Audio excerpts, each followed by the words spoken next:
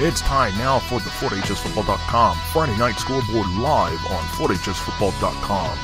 Download the Spreaker app on your phone to report your scores or tweet them to us on Twitter at FLAHSFootball. The FortHSFootball.com Friday Night Scoreboard is brought to you by ScoreStream, Legacy Team Sales, the Florida Athletic Coaches Association, and the Florida 7v7 Association. Going into his 9th season as the owner and publisher of FortHSFootball.com, here is your host, Josh Wilson. All right, it's week 4 here in the Sunshine State. Good evening to everybody.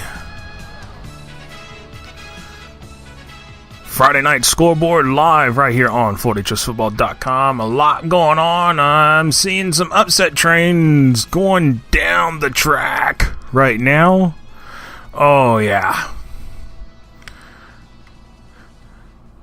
And I would say there's some changing of the guard around the state, too. So that's what's happening right now as well. Changing of the guard. These things come and go in cycles. So this is, I would say this is what happens. But it's 2018. A whole different process. I'm telling y'all, this is what is really gonna be fun tonight. Look at a thing, but you know, looking at everything going on around the Sunshine State. Ooh, just caught this one. How about this? Tohopakalika and Kissimmee. They get their first win in school history. School's brand new this year, guys. Tohopakalika, if I'm saying it right. Everybody calls it short for Toho. They go with Toho. 26-19 over Celebration. Congratulations to the Toho Tigers. That's huge. That's huge. Get your first win in school history. That is huge right now. So, we're live right now here on FortHSFootball.com. Woo! This one's interesting. I'm watching this one right now. Oakleaf 69, Bartram Trail 45, 8 minutes remaining. Where is the defense? Somebody find me some defense because they need it over there between Bartram Trail and Oakleaf. I'll tell you that right now. So there's that going on right now here. But anyways, we've got a lot going on. Week 4 here around the Sunshine State. A lot to discuss score-wise and some other scores I'm seeing. Interesting, Baker County finally generates some offense tonight and actually beats Menendez, which a lot of people thought Menendez was actually going to beat Baker County. And Baker County defending 5A state runner-up right this second. So, right, I mean, 48-21, Baker County over Menendez. I'm a little surprised. I'm a little surprised by that one. But then again, what may be very interesting is in that same district, which is District 5A5. Clay County, St. Johns County, Baker County, those schools. Orange Park 29, Clay 28 final. Clay's now 1-3 on the season. The only win Clay has is against Middleburg, which Middleburg won tonight 37-7 over Inglewood. So it's coming and going. Anyways, we definitely need to take a look at a few things. We'll get some of our media callers on. Actually, I have contacted Bill Daly at the Miami Herald. We're trying to get him. Hopefully, maybe I can get him because he's at the Columbus Booker T. Washington game tonight. And trying to get Zach Dean from the Daytona Beach News Journal on as well. He is he was at the Mandarin DeLand game over in DeLand at Spec Marcham Stadium. DeLand coming in that game 3-0. Mandarin 1-2. Very interesting game tonight at Spec Martin Martin Stadium. Excuse me. I'm getting a little tied up and a little tongue twisted because there's some very interesting scores. We're flying up on our scoreboards, which are actually powered by ScoreStream. You can actually download the ScoreStream app on your Android or iOS device. Just search for ScoreStream in your respective app store. Help us score the games each and every Friday night. And you can also do that during flag football season in the spring, so don't forget that. You can actually a lot of sports. Quite a few sports, boys and girls. So that is how it works with ScoreStream. But actually, we are going to take a look at our top 25 scoreboard. I'm going to give you some scores scores last night. Number 18, Chaminade steamrolled Oakland Park Northeast 48-0. That was the final score from that game. Let's see if we've got some other finals coming in, and we actually do have a bunch of finals on our top 25 scoreboard here, and we'll actually go ahead and go through those right now. Number 1, Miami Carroll City steamrolls Miami Norland 36-7. Number 16, Clearwater Central Catholic 47-6 over Terrapin Springs. Number 20, Kissimmee Osceola 31-0 over Winter Haven. Nova Southeastern University School 79-0 over Village Academy University School, ranked number 19 right now in our Sunshine State top 25 rankings. Number 8, Lakeland 58-0 over Gibbs. Number 14, Godby 57-0 over Leon. We'll have a story from Sam Sheeta later tonight or tomorrow morning on FloridaHSFootball.com. He was at that game. He's one of our interns over there at Florida State University in Tallahassee. Looking at the other scores, number 22, Range 47-14 over Fletcher. Number 9, Vero Beach 42-3 over Fort Lauderdale. Number 25, Rockledge 35-0 over Space Coast. Number 7, Plantation American Heritage 40-0 over Coconut Creek. Number 2, St. Thomas Aquinas 52-0 over Stranahan. Looking at some other scores here. Number 3, Trinity Christian is up 27-13 on Bowles in the fourth quarter. Actually, that score might actually be a little different. I did think I just got a thing right this second. Let me see something. Let me double check here. Actually, 34-13 now that I'm being told. So it looks like Trinity Christian up 34-13. Number 23, Armwood up 20-14 on Chamberlain in the fourth quarter. Number 11, South Date up 21-7 on Homestead in the fourth quarter. Number 4, Columbia 42-20 over number 21, Lee in the fourth quarter. That is the big statewide game of the week. And just got a text message from Bill Daly at the Miami Herald, and he's telling me great finish, 57 seconds left. It's 28-21, Booker T. Washington on the Columbus 17 the fourth and 3. So Booker T's trying to get another score here. Columbus is up 28-21 right now. Columbus is ranked number 15. Number 12, Vanguard up 35-7 on Dunellen right now in the fourth quarter. So that's a look at our top 25 scores. A lot going on here around the Sunshine State. Let's see what else we've got informational-wise here. So, let's see, we can look at something here. Look at a couple of things, what we've got going on around here. Actually, let's see. Let's see what we've got here. A couple other scores that I am looking at. Let's see what we've got thing going on. So, okay. That's interesting. Like I said, there's some interesting scores going on. Let's take a look at the Big Bend region right now. Let's take a look at what's going over and around the Tallahassee area, see what scores we've got going on. How about this? Congratulations to Jared Hickman at Florida High. Win number 100 tonight, 28-24 over Tallahassee Childs. Again, Gobby 57-0 over Leon. Fort White 27-12 over Taylor County. Asilla Christian a 41-0 winner over Tallahassee St. John Paul II. McClay a 39-6 winner over Monroe Day. Madison County 46-6 over Williston. And Lowndes is up 38-7 over Lincoln right now in the third quarter. I do have a little bone of contention because a lot of people come out at me about Lincoln not ranking them this week. At least a few people did. And I was still thinking, I was still suspect. And this score right now shows me that if you're going to rank Lincoln in the top 5 in this state, they better be doing better than this 38-7 score right now at Lowndes, Georgia, in Valdosta. I'm sorry. If you're going to be top 5, you better be closer than that. That's a runaway right there in my pick. So that's my little beef for right this second. So there's that. Jefferson County up 40-21 on Lafayette. I should have listened to Joe Pingles on that one. So right there, that's a look at some of the Big Bend area scores. Actually, I got a few more actually here. It looks like Wakulla's up 31-7 on Fort Walton Beach. Jay up 30-22 on Weewha Hitchika. And let's see who else we got. Bluntstown up 27-19.5 on Northview. Have to double check on that one, but That's pretty much what we got right now over in the Big Bend. Take a look over the Gainesville area, Ocala area, North Central Florida here in just a moment.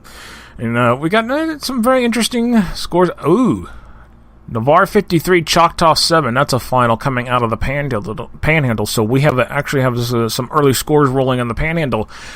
Ooh, Graham Hall from the Gainesville Sun reporting Buchholz has now come all the way back to tie with Fleming Island 35-35 in the fourth quarter with 30 seconds left. I can tell you right now that game could go to overtime, and that game's being played at Citizens Field in Gainesville, so good showdown going on in the city of Gainesville tonight. Chiefland 41 and Hamilton County 14 at the final there. Coming out of Chiefland 4-0 on the season, man.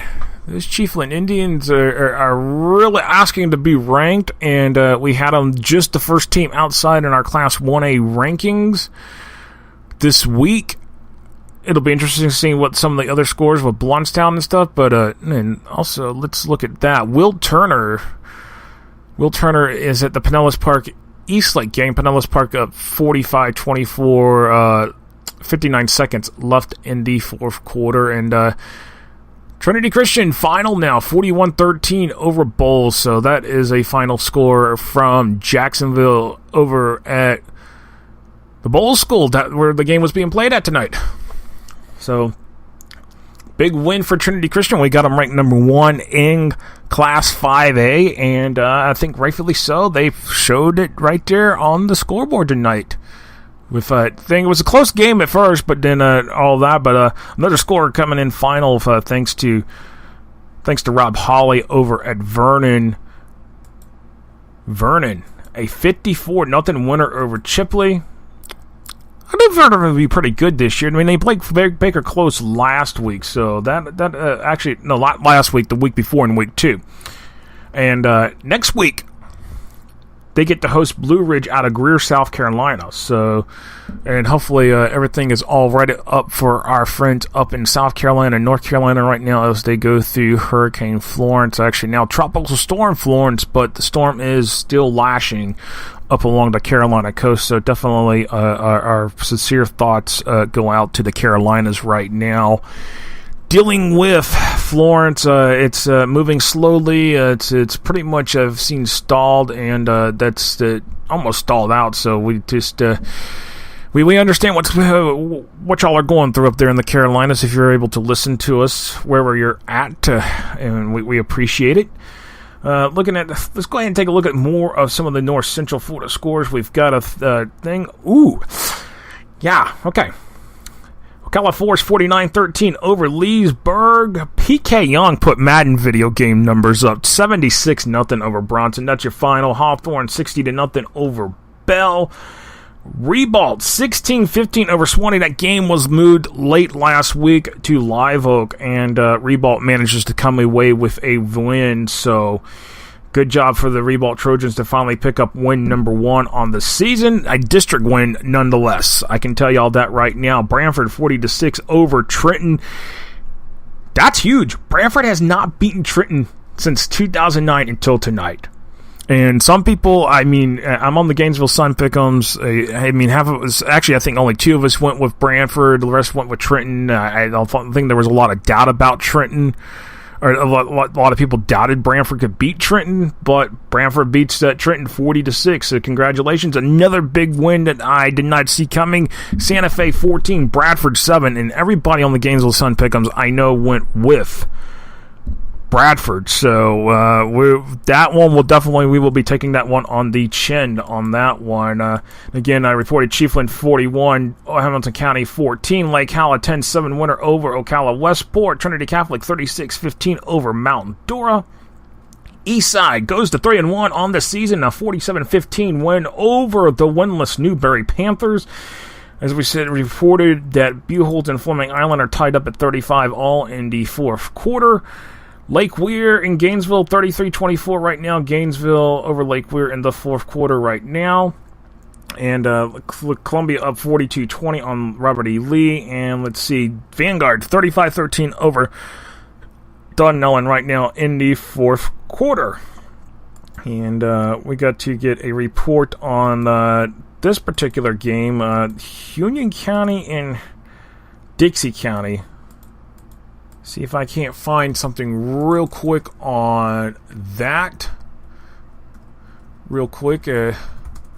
Trying to nope, right there. There we go. Union County 60. Actually, it's Dixie County 61, Union County 28. So that is actually officially a final score that has been reported. So good news for Dixie County, who lost by 1 last week to Baldwin on their home field. They pick up some motivation this week, and they get a win over Union County 61-28. So Dixie County moves to 3-1 on the season now. So looking pretty good here. Let's see.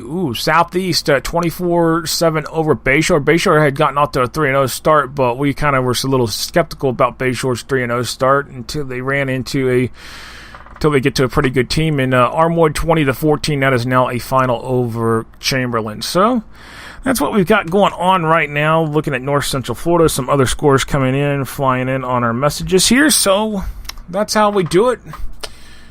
We'll take a look and we'll see what else is going on. Again, remember our scoreboards are powered by ScoreStream. You can also go to FloridaHSFootball.com/scoreboards, I should say, and you can actually look at our statewide scoreboard and all of our other scoreboards as well. So, again, a lot going on around the Sunshine State here. It is week number 4. Of course, remember, last year we did not have a week 4 because we were dealing with now the after effects of Hurricane Irma at that particular point.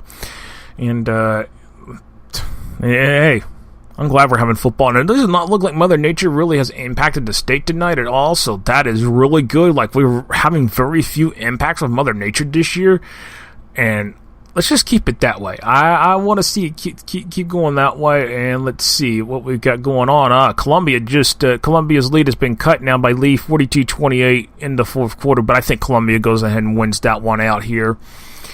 Anyways, Pine Forest up 20-7 on Gulf Breeze. That is a little bit of a shaka. Pinellas Park 45-24 over Eastlake. Will Turner reporting that score. Final over in Pinellas County. Again, a lot going on around the Sunshine State. It's week 4. It's actually opening week for a lot of districts in classes 5A through 8A. Remember, 1A through 4A does not have districts. It's all regional stuff right now, and whatever is on the schedule is on the schedule. So that's what we've got going on right now. Let's see, take a look at it, and actually I'll try to see if I can get Marty Palm to call in. Well, actually going to have to take a break here in a moment, and then I'll try to get Marty Palm to call in, and we'll talk some football. And let's see who else. We're going to try to get a couple other people going on here. We'll try to get them reported, but trying to see what's going on here. Okay, there we go. All right. A lot flying in. I'm watching the Twitter feed right now, and some interesting stuff coming in. Let's see. Cardinal Gibbons won tonight. Beat Miami Jackson. So, I mean, that right there with Cardinal Gibbons, I expected them to win. Miami Jackson's defense is actually pretty good. I can say that. FloridaHSFootball.com. Yep, I'm trying to figure out why that happened. I don't know sure why. I'm trying to get the thing because our show music is all of a sudden acting up. We'll figure that out in just a moment. So anyways, continue to talk here while we figure out that little thing right now, this second. But a lot going on here around the Sunshine State. Again, it is week number 4 here. So it's actually a pretty watching a lot of stuff. We got a lot going on here. So actually, there we go. That's where we need to do that. But anyways. All right, there we go. We got it figured out now. Yeah. Palm Harbor 41-25 over Tampa Riverview. That's another score that just come in. So, let's see what Graham Hall reported here real quick before we actually take the full break here. Okay. Still 35-35. I'm thinking that game's going overtime between Buchholz and Fleming Island. So there's that. South Day 27-7 over Homestead. So, all right. We're going to take a break here. We'll be back, and we will discuss more scores from around the Sunshine State and get some of our media callers on here in just a few minutes. We'll be back here on the FloorHSFootball.com Friday Night Scoreboard.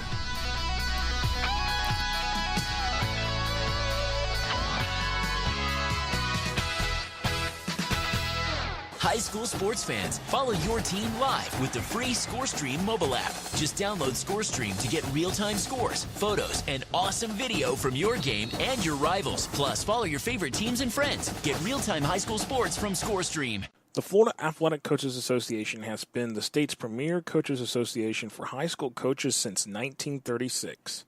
From coaching clinics to all-star games for all Florida High School Athletic Association team sports, the Florida Athletic Coaches Association has something for all coaches to be involved with, from Pensacola to Key West.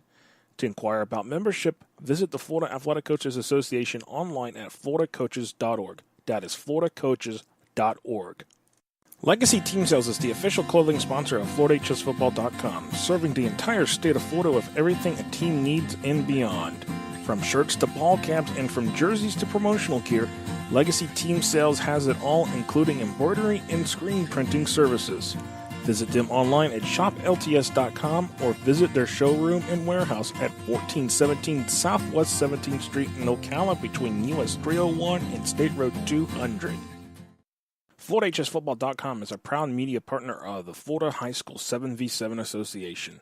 The goal of the Florida High School 7v7 Association is to provide high school football teams around the state an association that complies with Florida High School Athletic Association bylaws and policies while being able to provide off-season training for their skilled position athletes.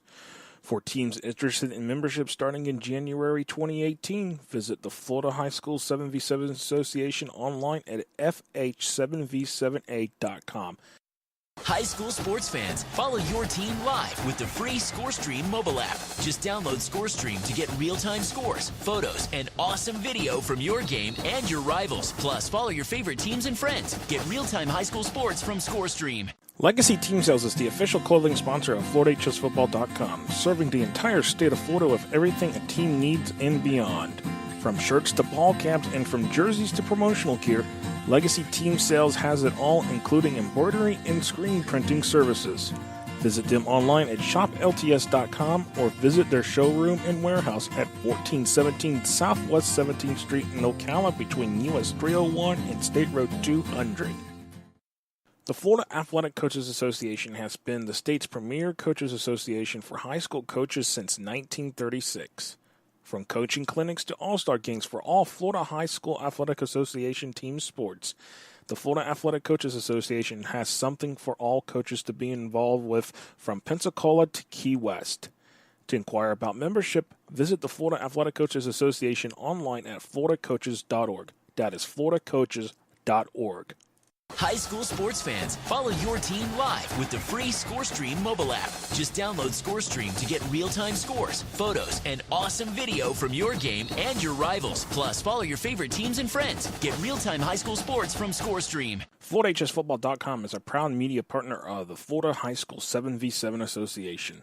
The goal of the Florida High School 7v7 Association is to provide high school football teams around the state an association that complies with Florida High School Athletic Association bylaws and policies while being able to provide off-season training for their skilled position athletes. For teams interested in membership starting in January 2018, visit the Florida High School 7v7 Association online at fh7v7a.com. High school sports fans, follow your team live with the free ScoreStream mobile app. Just download ScoreStream to get real-time scores, photos, and awesome video from your game and your rivals. Plus, follow your favorite teams and friends. Get real-time high school sports from ScoreStream. All right, welcome back here to the FloorHSFootball.com Friday Night Scoreboard. Right here on FloorHSFootball.com. Lot going on around the Sunshine State here. Week number 4.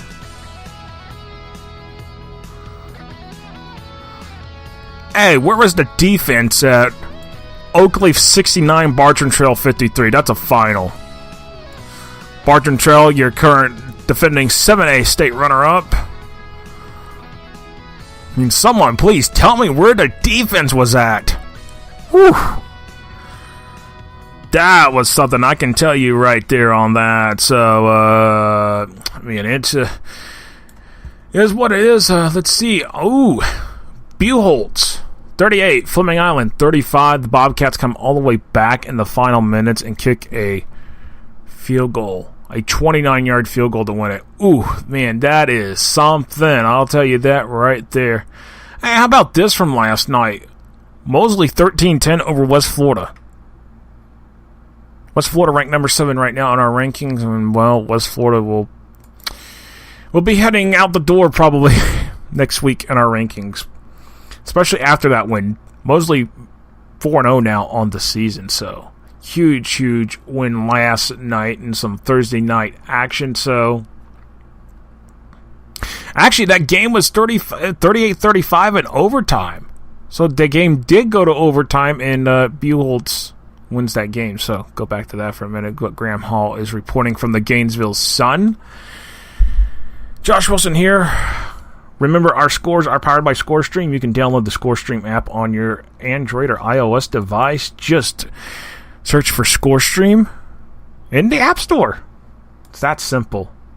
Let's take a look over going into the Jacksonville area, First Coast region. Let's take a look at some of the scores that we've got going. Reported final: Palaca 39-25 winner over Ridgeview. Baldwin 54-14 over Stanton. Baldwin moves to 4-0 on the season. Middleburg 37-7 over Inglewood. Ponte Vedra 34-14 over Westside. University Christian 47-0 over North Florida Educational. Sandalwood 34-14 over Spruce Creek. West Nassau 49-0 over Hilliard. Cambridge Christian 53-12 over Bishop Snyder. Ed White 48-13 over Nice. Oakleaf again 69-53 over Bartram Trail. And Rains 47-14 over Fletcher. Flagler Palm Coast 47-14 over St. Augustine. St. Augustine 1-3 now on the season. When was the last time St. Augustine was 1-3 starting off the season? It's been a long time. And we mean a long time. The last year you had the thing to go back and look when St. Augustine started 1-3. 1995. 1995. That was also Flagler Palm Coast's first win over St. Augustine since 1995. So, we'll see where it goes for the Yellow Jackets. Could they still win District 6A4? Could. But they got to deal with Ed White. Ed White's going to be their biggest challenge to win that district this year. But could some of these other teams have a say depending on what's going on with St. Augustine? Could Middleburg have a say? Could Nice have a say? Possibly. But we'll see here in the next few weeks as district play eventually increases even further on the schedule. So there's that. How about this one? Baker County 48, Menendez 21. That is a final. I thought Menendez was actually going to do better, but that game was at Baker County. I blew that pick. Bishop Kenny 44, Terry Parker 6. That's a final. Crisis Church and Duval Charter were not playing tonight because Duval Charter's 8-man. I think this is the game. I will have to double check that. That is something. Something's not right about that one. For why that's still in the scoreboard system, I have no idea. I will have to double check that. Orange Park 29-28 over Clay. St. Joseph 28-6 over Oak Hall. Mandarin knocks off previously undefeated DeLand 24-21. Mandarin moves to 2-2 on the season. DeLand now falls to 3-1. Eaglesview 52-0 over Joshua Christian. Trinity Christian 41-13 over Bowles. Fernandina Beach 25-12 over Wolfson. Crescent City 28-26 over Wildwood. This is a game that did not get made up last year between Crescent City and Wildwood, which allowed Wildwood to go 9-0, get a number 2 seed in Region 4 in Class 1A. But this year the game got played. Crescent City comes out on top. And that's a look right now at some of the Jacksonville area scores. Columbia 42, Robert E. Lee 30 in the fourth quarter. I'll have to check with Larry Savage from the Gainesville Sun, see what's going on with that one. A couple scores out of Citrus County tonight, a few of them. Crystal River 20-7 over Citrus, Hernando 67-7 over Lecanto, and Vanguard 35-13 over Dunnellon. So that's some scores over from the thing. Actually, some other scores here. Looking at it real quick, if we did not.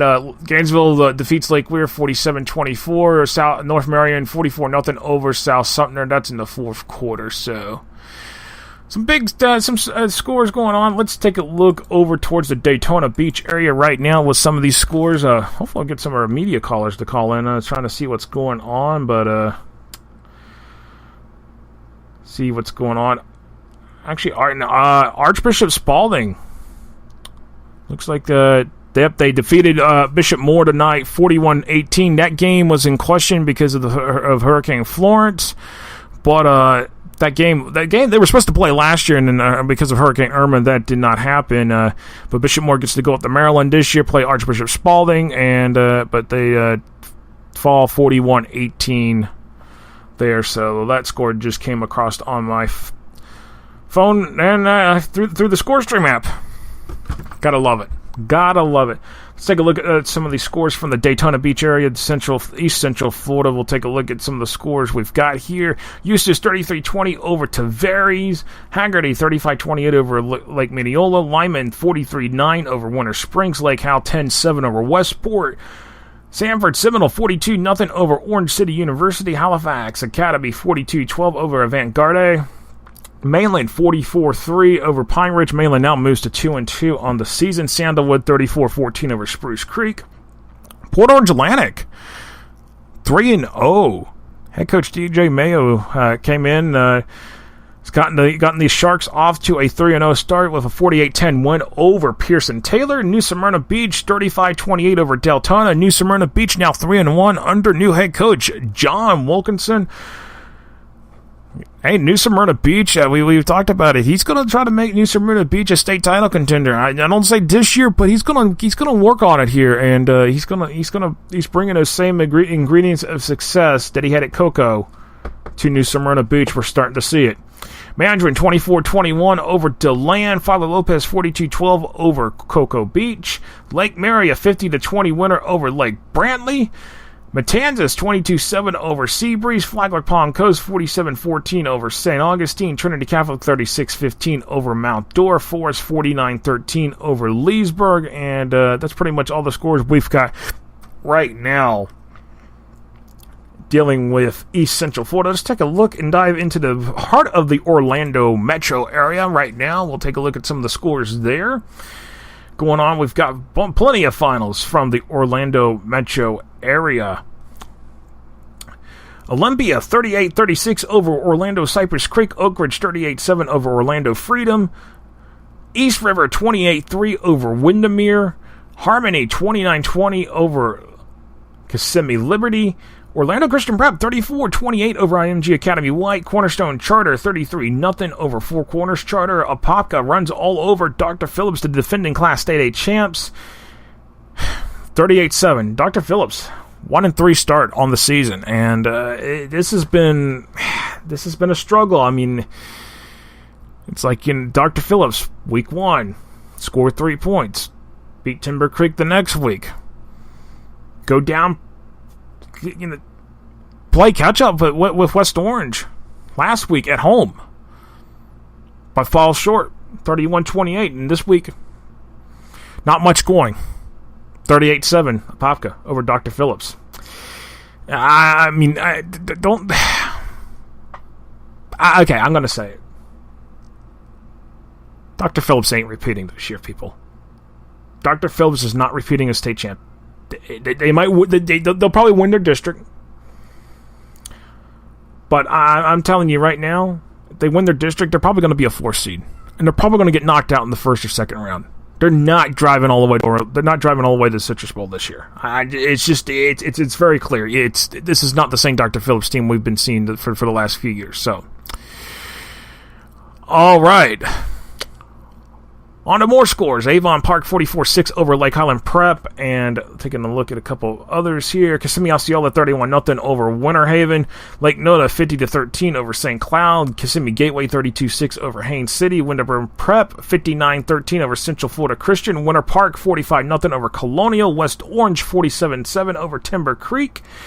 As I mentioned, Archbishop Spalding out of Maryland 41-18 over Bishop Moore. Boone 55-14 over Orlando University. Tohopalika 26-19 over Celebration. That's a final there. Foundation Academy 48-0 over Northside Christian. And that is a look at the scores in the Orlando Metro region. If I can get Marty Palm on the call in, I'm not sure what's going on. Usually I'll try to get him on, but anyways, a lot going on. I believe it looks like Columbia. Let's see.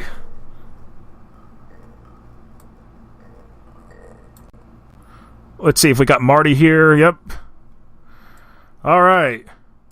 Marty Paulman joining us on the road after a game tonight at Terry Parker, which Bishop Kenny just totally dominated.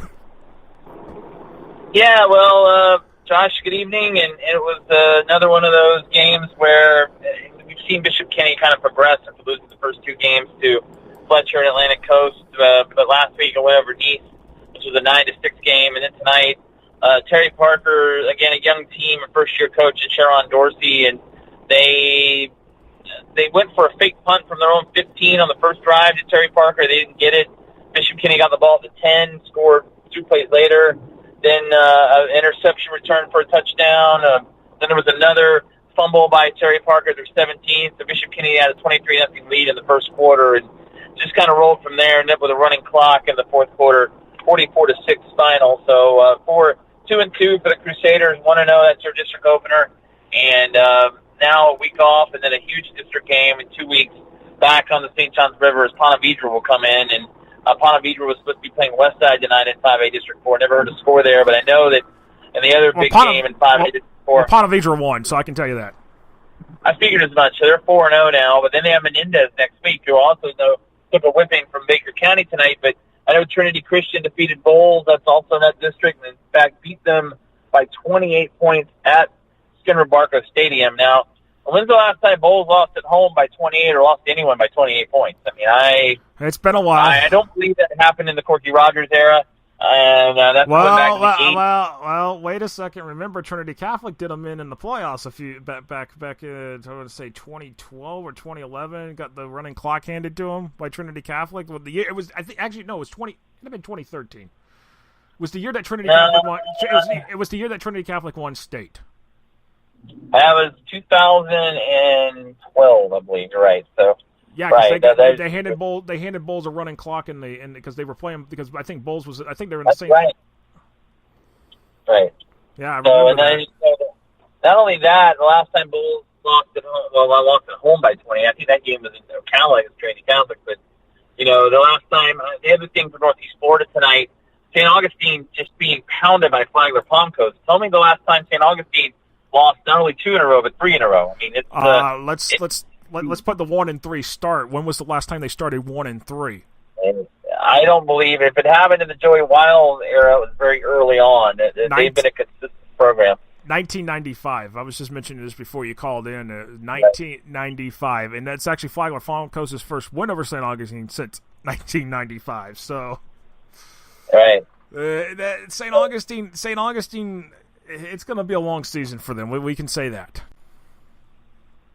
Right. It does appear that way, and they've still got some tough games coming up as well. So yeah, tonight we've got Trinity Christian winning that game. Some surprises from Northeast Florida, and I think Menendez. We thought them going into Baker County the way they've been playing with the big wins against St. Augustine a couple weeks ago. We're starting to see that St. Augustine obviously isn't what we thought they were, and Baker County, very impressive win tonight, 48-21 against Menendez. So after losing by 1 point at home to St. Augustine in Week 1, Baker County has won 3 in a row, and they're now 3-1 with a district win tonight against Menendez. But how about the good news tonight for Drama Mater and mine? Orange Park goes into Clay and wins. that's an interesting win, and Middleburg gets a win against Inglewood. Yeah, and right now it looks like Lee was trying to make a comeback on Columbia 42-37 late in the fourth inning. Wow.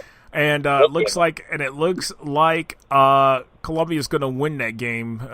Lee tried to onside kick, Columbia recovered, and that'll put the nail in the coffin there on that game. So, and how about this one? Buchholz comes all the way back, ties it 35-35 on Fleming Island at Citizens Field in Gainesville, and then kicks a game-winning field goal in overtime. Wow. 38-35. Fleming Island was up big in that game, so there's a loss in the old picks column there as Fleming Island went in 2-1. But yeah, Buchholz again showing life. I mean, they were shut out by Columbia last week, beaten by Vanguard 2 weeks ago. So as usual, Mark Whittemore gets that team going in district play, it seems like, and that's a huge district opener win for them in 7-8-3 over Fleming Island tonight. And you mentioned the Columbia game. We thought that would be a barn burner between two state-ranked teams, and sure enough, it was that tonight. Columbia hanging on for dear life in that game in Lake City. At least had Columbia's number lately, so that's a big win for Columbia if they held on to win at home. Yeah, and a couple other interesting scores of note. Santa Fe beats Bradford. Oh, wow. Okay. Yeah, so we all took a loss in that column. How about this one? Branford runs all over Trenton tonight. Okay, well, that's it's gonna be a tough year at Trenton. And I think me and you were the only ones to take Branford into picks. I think I can tell you that. I think I actually took Trenton, but man, it's gonna be a tough year for Trenton. It sounds like, but already has been. But yeah, that's good. That's some surprising results. You know, Fleming Island had the lead in that game at Buchholz, and give Buchholz credit for coming back and winning that game. And also tonight, you mentioned that Columbia over Lee, and I think everyone picked Columbia in that game. But you know, Lee made it close late. Hey, Marty, hold on one second. Having some channel issues coming in on our Skype line all of a sudden, so I'm just trying to see what's going on because that's the thing. Let's see if that settles it out here. Well, let me redial you back in here in just a moment here, because it's for some reason it's acting up all of a sudden. Okay. Yeah, we're having some issues with our line here. See if I can't get it to figure out. Yeah, see what's going on here. For some reason, we ran an update on Skype on the Skype line because that's how we feed in with the audio here, and for some reason, it's giving us some issues with this new update, and I don't understand why it's doing that. I'm trying to figure it out myself. It's all of a sudden it's starting to act up, and we've not had this issue yet once this season until now. So we'll try to figure out here in just a moment here, so that way y'all can we can get Marty back on the line here. So hopefully I'm going to double check here something real quick, make sure the thing, because for some reason again it's weird that the settings would do that. So okay, looks like we might be able to get Marty back on here in a moment here. Okay. That was weird. It decided to restart itself again on that one. So we'll see what happens here. Let's see. We can actually go ahead and do that now. Let's see.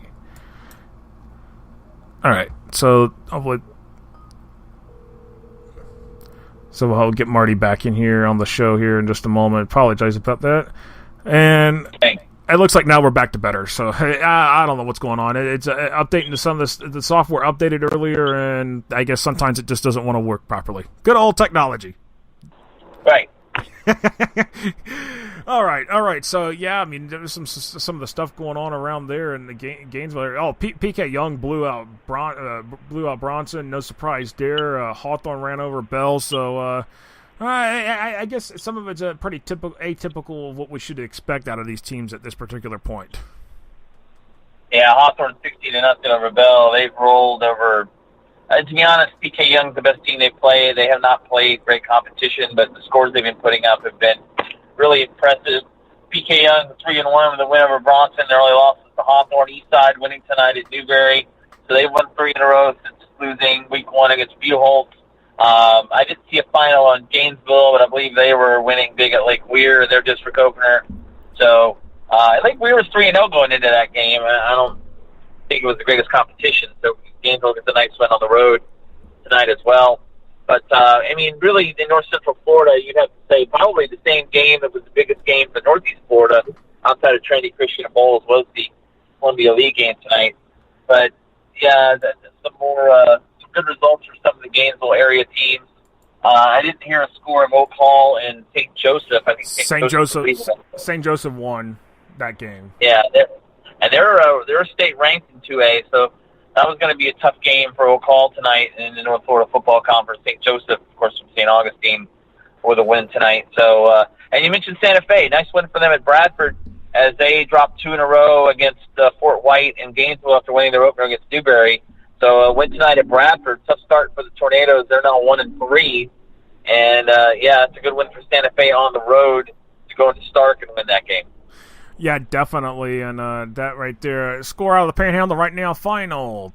Pensacola 21, Tate 7. So there's that score right now. Tate now 1-3 on this season. So a lot going on around the Sunshine State here. I mean, it's week 4. Hey, at least we get to have week 4 football, you know. And the thing, there was another score I mentioned earlier. Where was the defense on this one? Oakley 69, Bartram Trail 53. Yeah, that was a basketball score. I saw that most of the night. It was similar to the 74-73 Bishop Kenny Clay playoff game from a few years ago. But, yeah, 69-53. How about Keyshawn King of Oakleaf? I don't know how many touchdowns he had, but I kept looking on Twitter, and the Virginia Tech commit kept scoring, and that's a huge win for Oakleaf tonight. That's a district opener for them as well. So that's a big win for them against Bartram Trail, who was coming off the win last week against Clay, but after losing to Apopka a few weeks ago, and of course Oakleaf went all the way down to Belglade and lost to Glade Central a couple weeks ago, then a bye. So yeah, what a score there. Oakleaf beats Bartram Trail tonight in Orange Park. Yeah, definitely, indeed, and looking at all that, but actually, I've got to get the thing. So I might get you back on later on the show if I can, if that's the thing. I mean, was there anything else in notes that you that you noticed around this? Looking at some scores from the area. One I did want to mention is Mandarin going down to DeLand and winning that game. Our buddy Doug Pugh won't want to hear about that, but DeLand undefeated, getting into the state rankings at 3-0, and Mandarin going in there with Carson Beck, the Alabama commit, and they score in the last 30 seconds to win down at Spec Martin. So Mandarin, who is off to a 1-2 start, they win their first district opener. That's a big win for the Mustangs going down to DeLand. Sandalwood, I believe, was winning at Spruce Creek. I didn't see the final there. But Sandalwood on the road as well down in Volusia County was winning. So that'd be 2 big wins for 2 Duval County schools in district play against Volusia County schools, if that Sandalwood final held. Yeah, definitely. And on the thing, actually, Sandalwood beat Spruce Creek, so that's the 2 big wins. And actually, I've got Zach Dean from the Daytona Beach News Journal. I'm going to take a break, and I'm actually going to get him on. So I got to let you go so I can get him on, because he was actually at that Mandarin DeLand game, and I definitely want to talk about that, because that's Mandarin start off 1-2, but now all of a sudden here they are 2-2, and they knock off 3-0 DeLand. So I mean that's a huge win to go down the Spec Martin and win that game. Right, and one more game too. Fletcher 3-0 going into tonight, but Rains pounds them out of the beach. So Rains is won 3 in a row after week 1 loss to lead by 1 point. Seems like Rains Vikings are getting back on track, and they ended Fletcher's undefeated run tonight with a big win out at Neptune Beach. So yeah, Rains rounding into shape. Even if Lee losing to Columbia, they're most likely a playoff team. As a district runner-up to Columbia, they keep winning. Lee will be in the postseason. So even with a loss tonight, not the worst thing in the world maybe for the Lee High School Generals. Actually, yeah, right there. So yeah, definitely, indeed. So it'll be interesting, and then we'll roll on to week 5 next week. Yeah, next week is the halfway point of the regular season. That's hard to believe, and with 11 weeks coming up, it is, getting into September. September is always busy, and Bishop Kenny will be on the bye next week, so I will be either in St. Augustine for St. Augustine Bartram Trail or at Citizens Field Gainesville, North Marion. I got to make a decision there. But next Friday night, no Bishop Kenny game, so I'll not be traveling over either to the river or to Jacksonville. But 2 weeks, Bishop Kenny hosting Ponte Vedra there at the St. John's River, the banks of the St. John's River. So a big district game coming up in a couple weeks with the Ponte Vedra Sharks coming in. All right. Well, Marty Palman, he's the voice of the Bishop Kenny Crusaders on 92.5 FM as part of the 1010XL network. Hey, I might try to get you back later. Depends on everything going on, but I appreciate you giving a call in tonight. All right, Josh. Thanks. All right. Take it easy. That was Marty Palman. They're joining us here on the line. Actually, we are going to take a break here. Then I got to get Zach Dean from the Daytona Beach News Journal on. We're going to talk about that Mandarin DeLand game.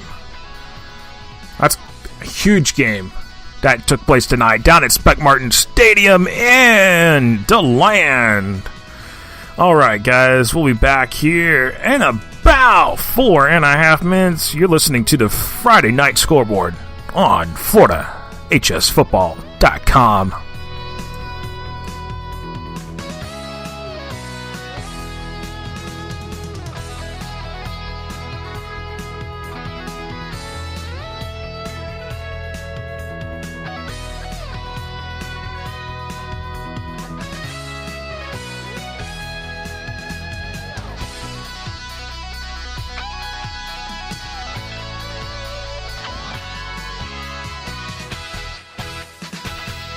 High school sports fans, follow your team live with the free ScoreStream mobile app. Just download ScoreStream to get real-time scores, photos, and awesome video from your game and your rivals. Plus, follow your favorite teams and friends. Get real-time high school sports from ScoreStream.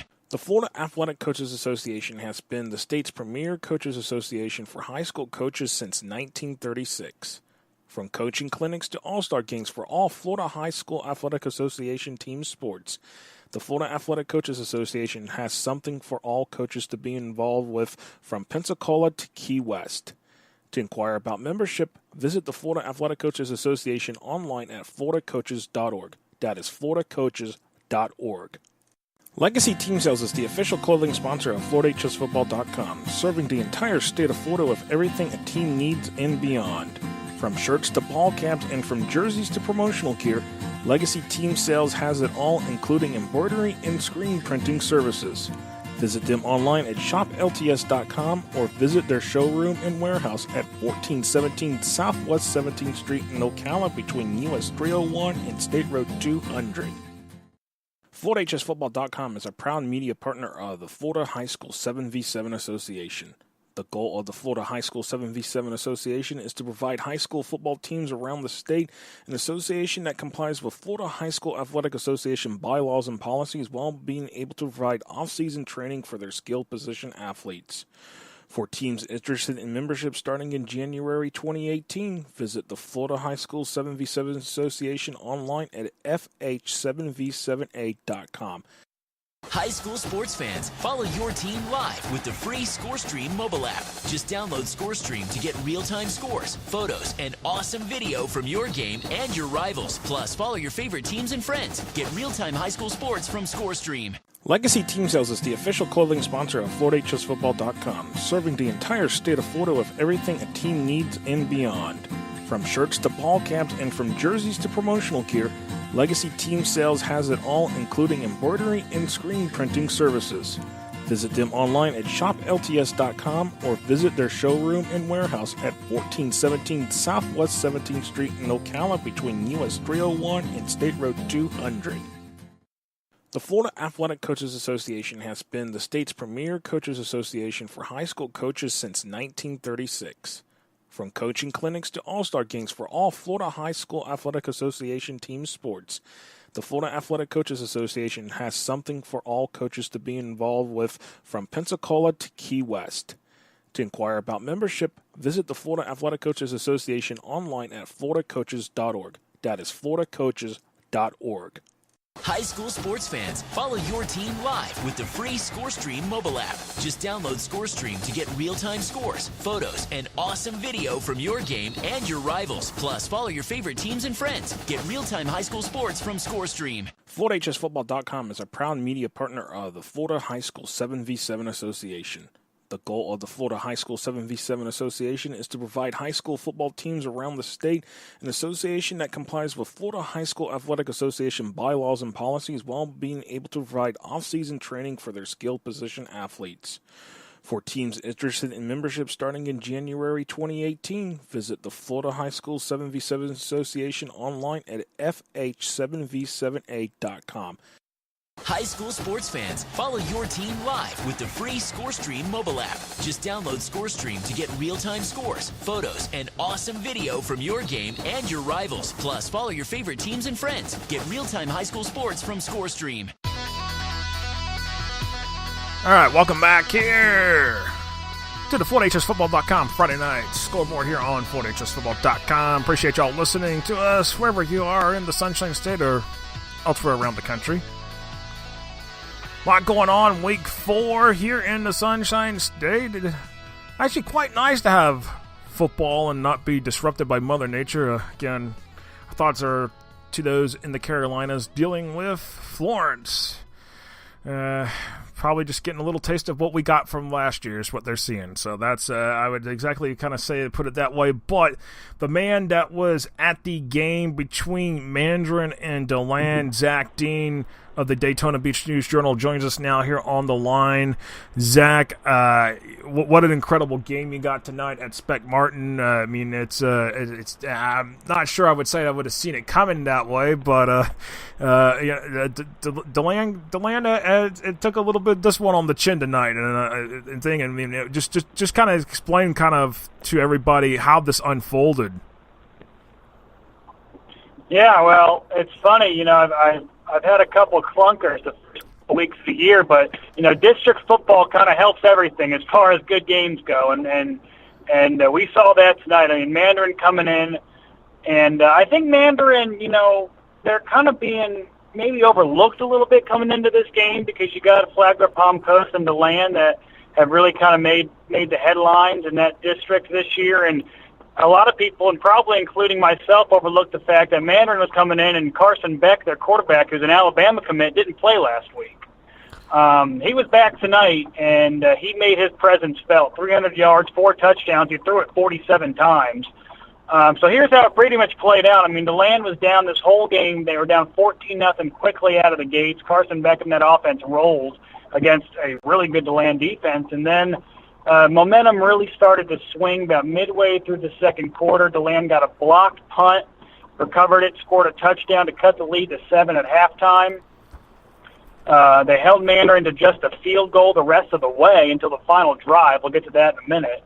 But it was 17-7. DeLand got another touchdown at the end of the third quarter to make it 17-14, and then with 5 minutes to go, DeLand defense forced a 3-and-out, and Avante Williams, a former University of Miami commit, returns a kick 55 yards for a touchdown to make it 21-17. DeLand defense forces another 3-and-out, and then DeLand offense punts it back with about a minute and change to go, and Carson Beck took over at the 18-yard line and orchestrated one heck of a drive. Went 82 yards, left about 24 seconds on the clock, had a 17-yard touchdown pass to Darian Oxendine in the corner of the end zone to cap the drive. One of the most interesting parts of that drive was the DeLand defense actually, for a second, looked like they had won the game. Beck threw a 4th down incompletion that looked like that was going to be the ball game, and then, of course, the dreaded laundry hit the field, and there was a pass interference called on DeLand. Defensive pass interference that head coach Steve Allen was, let's just say, none too pleased to foul after the game. That kept the drive alive, and then Carson Beck hit a couple of big throws, and then obviously had the game winner with 24 seconds left, a 17-yard touchdown to cap a 24-21 win and really shake things up in the district, because now you look at DeLand, you know, now they dropped to 0-1, you know, and they still had FPC to go. Sandalwood got a win tonight, and now Mandarin gets the win to kind of get their season back on track. So really crowded District 1-8A, you know, and you saw that tonight. Yeah, definitely, indeed, and looking at the Daytona Beach area, you know, between that and Flagler County, I mean, it seems like there's a few football teams are making their statements, making their presence known the fact that, hey, we've come to play for a playoff spot this year, and you can start to see it. And I want to bring up, New Smyrna Beach, what John Wilkins is doing now, 3-1 on the season after beating Deltona tonight. I know Flagler Palm Coast picking up that big win on St. Augustine tonight as well, a game that did not get played last year because of Hurricane Irma. It's just, and you look at a couple of the other, even Fowler Lopez, I think, could be really potentially in a mix for a playoff spot this year.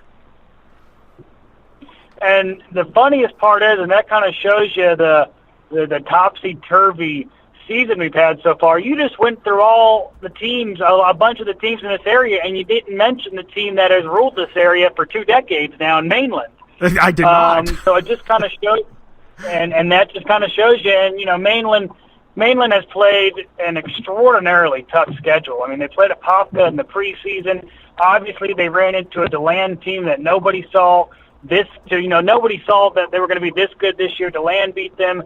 Then they went up and played Bob Jones, a really good Alabama team, and nearly won that game. And finally got off the schneid against Treasure Coast last week, and they easily beat Pine Ridge tonight. So a lot of, you're talking about FPC, you're talking about DeLand, you're talking about Mainland, and yeah, you're right. You talk about Lopez. That's a team that a lot of people are going to overlook. I think that team's headed in the right direction, and obviously New Smyrna Beach, being in the district of Mainland, that's going to be the real test for them here in a few weeks. But yeah, as far as the area heavyweights this year, DeLand and Flagler Palm Coast, I think, have certainly separated themselves, and that game next month could very well be for the district. But again, FPC still has to play Mandarin, and that's a team that I saw tonight that I don't think any of these teams are going to want to play anytime soon, especially with Carson Beck at quarterback. They can beat anybody. Yeah, I definitely think, and you gotta think who's running the show at Mandarin. Bobby Ramsey, who coached Derrick Henry at Yulee, so we know he knows how to coach up a trick or two there with coaching. So let's just remind people on that one. But it's just, again, you're right. I did not mention Mainland in the mix of that. I still suspect Mainland will get a playoff spot. That's the thing. It's just right now when you're talking about who are the best right now in Volusia County, Mainland's probably 3, 4, 5, 6 down on that list now. It's like, but again, you mentioned the schedule, and they have played a tough schedule, so that's definitely one of those things right there. But I guess at this point is now. I think the other team that I haven't really mentioned, is Spruce Creek, because really they haven't. The last couple of years, been pretty good. Win a district championship here and there. But now it's like, the tide's turned. Yeah, Spruce Creek. Yeah, and the problem is, I think with Spruce Creek is Spruce Creek had the window. Spruce Creek had a 2 to 3 year window that I think, unfortunately, at least for the time being, closed after last season, because they graduated so many players on the offensive side of the football. Defensively, they lost DJ Mayo, the defensive coordinator, to Atlantic. Atlantic's another team you got to talk about, because they could be in a position for a playoff spot. You look at their schedule, and it's not too hard. I wouldn't be surprised if Atlantic sneaks in there at the end of this year. But back to Spruce Creek. And look at the district they're in. They're probably in a bit of a rebuild right now, and they're going against teams like DeLand and FPC, which they aren't rebuilding. They are built for the playoffs right now, and this is their window. So I think Spruce Creek may have to take it on the chin a little bit, at least this year, and see if they can get some players and get some experience for next season. But I really think between Mandarin, FPC, and DeLand, and then obviously FPC and DeLand, they're going to beat up on each other here next month. And if you ask me to pick who's going to win that game, I have no earthly idea, because those two teams just seem so similar. They're built with such good defenses.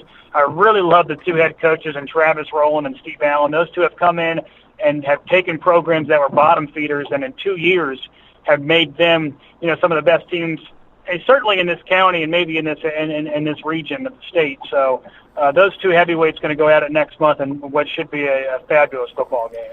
Hey, just go get yourself a quarter and flip it, and you're probably all right. That's the way. Exactly. It's going to be a lot like that. Last year when Flagler Palm Coast and Spruce Creek played, that was a 17-14 game, and I remember I talked to you that night. That was a game that was decided by a phantom whistle that called back an interception that would have given Spruce Creek the win. So I can envision this matchup that's looming here in a few weeks to be very similar to that, because these two teams are just built so similarly that, it's going to be, and Steve Allen said it tonight, it's going to be the team that makes the plays when they count. And tonight, Mandarin, as good as the DeLand defense was tonight, holding the Mandarin offense to minimal yards in the second half and continuously giving their offense chances, whoever breaks first is probably gonna lose the football game. And unfortunately tonight, DeLand broke right there with 24 seconds left, and it was a heartbreaker. But again, I think ultimately DeLand's going to come back and probably learn from this. And I've always been a big believer, and maybe not so much in the districts because it's such a crucial loss, but it's never a bad thing to lose. I think Maitland's kind of experiencing that this year. Losing early and being able to rally around that and learn from that can really set you up for a playoff run. So assuming that this doesn't really derail DeLand's season, which I don't think it will, this could ultimately help them, here in a few weeks when they have to face FBC, and the emotions are going to be even higher than they were tonight. Yeah, definitely, indeed. Well, Zach, I appreciate your time on here, and definitely we'll hit you back up on later in the season as some of these good games actually take place. Thank you, Josh. Keep up the good work, bud. Appreciate it. All right, that was Zach Dean from the Daytona Beach News Journal joining us here on the 4HSFootball.com scoreboard. On the Friday Night Scoreboard, I should say. And actually, this software is giving me a fit on the Skype line. I don't know what's going on. Skype is really... They ran an update earlier, and I'm just going to have to keep relaunching it and work through it while we're here on the show. That's just the best I'm going to be able to do right now. So, but, yeah, let me think.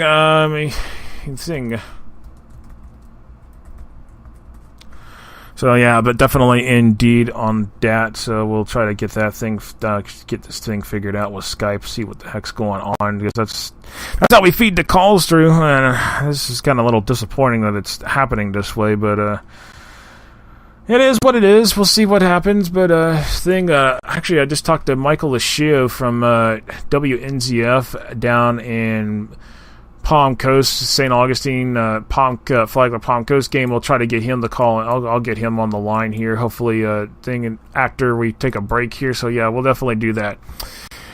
Yeah, actually, let's do that. Let's do some things real quick. Let's take up some scores here real quick here. Lakeland 58-0 over Gibbs. Closed in 14-9 over Lely. We're actually in the Heartland Scoreboard. Our scoreboard's powered by ScoreStream, so that's what we're going through right now. Kissimmee Osceola 31-0 over Winter Haven tonight. Avon Park 44-6 over Lake Highland Prep. Frostproof 28-14 over Lake Placid. Golden Gate 22-15 in overtime over Fort Meade. Cornerstone Charter 33-0 over Four Corners Charter. George Jenkins gets an upset tonight over Ridge Community 14-7. That's a big upset. LaBelle, actually, that puts George Jenkins 4-0. LaBelle moves to 4-0, 34-33 win over Oasis. Moorhaven loses tonight in overtime to St. John Newman, 21-20. That is a final there. In overtime, Auburndale 54-0 over Bartow. Lake Wells 16-13 over Lake Gibson. Now Lake Wells in the driver's seat for District 6A8. Sebring 63-0 over Lake Region. Berkeley Prep 28-7 over Lakeland Christian.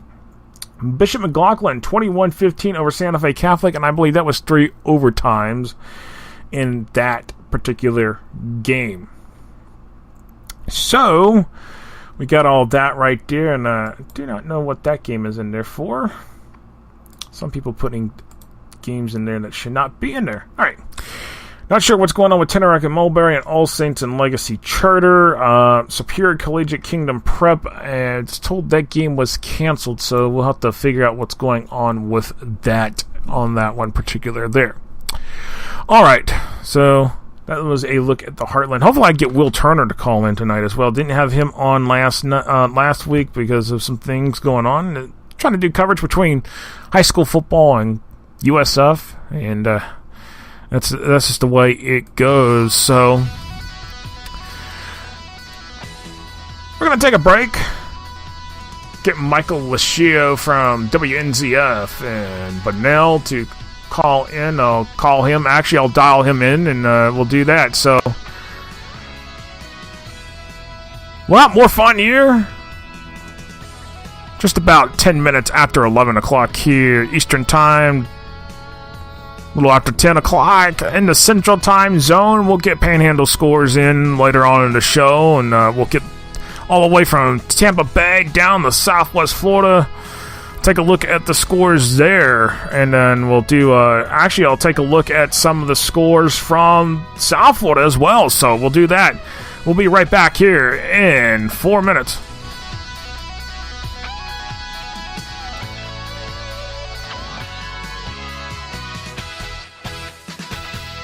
High school sports fans, follow your team live with the free ScoreStream mobile app. Just download ScoreStream to get real-time scores, photos, and awesome video from your game and your rivals. Plus, follow your favorite teams and friends. Get real-time high school sports from ScoreStream. The Florida Athletic Coaches Association has been the state's premier coaches association for high school coaches since 1936. From coaching clinics to all-star games for all Florida High School Athletic Association team sports, the Florida Athletic Coaches Association has something for all coaches to be involved with, from Pensacola to Key West. To inquire about membership, visit the Florida Athletic Coaches Association online at floridacoaches.org. That is floridacoaches.org. Legacy Team Sales is the official clothing sponsor of FloridaHSFootball.com, serving the entire state of Florida with everything a team needs and beyond. From shirts to ball caps and from jerseys to promotional gear, Legacy Team Sales has it all, including embroidery and screen printing services. Visit them online at shoplts.com or visit their showroom and warehouse at 1417 Southwest 17th Street in Ocala between US 301 and State Road 200. FloridaHSFootball.com is a proud media partner of the Florida High School 7v7 Association. The goal of the Florida High School 7v7 Association is to provide high school football teams around the state an association that complies with Florida High School Athletic Association bylaws and policies while being able to provide off-season training for their skilled position athletes. For teams interested in membership starting in January 2018, visit the Florida High School 7v7 Association online at fh7v7a.com. High school sports fans, follow your team live with the free ScoreStream mobile app. Just download ScoreStream to get real-time scores, photos, and awesome video from your game and your rivals. Plus, follow your favorite teams and friends. Get real-time high school sports from ScoreStream. Legacy Team Sales is the official clothing sponsor of FloridaHSFootball.com, serving the entire state of Florida with everything a team needs and beyond. From shirts to ball caps and from jerseys to promotional gear, Legacy Team Sales has it all, including embroidery and screen printing services.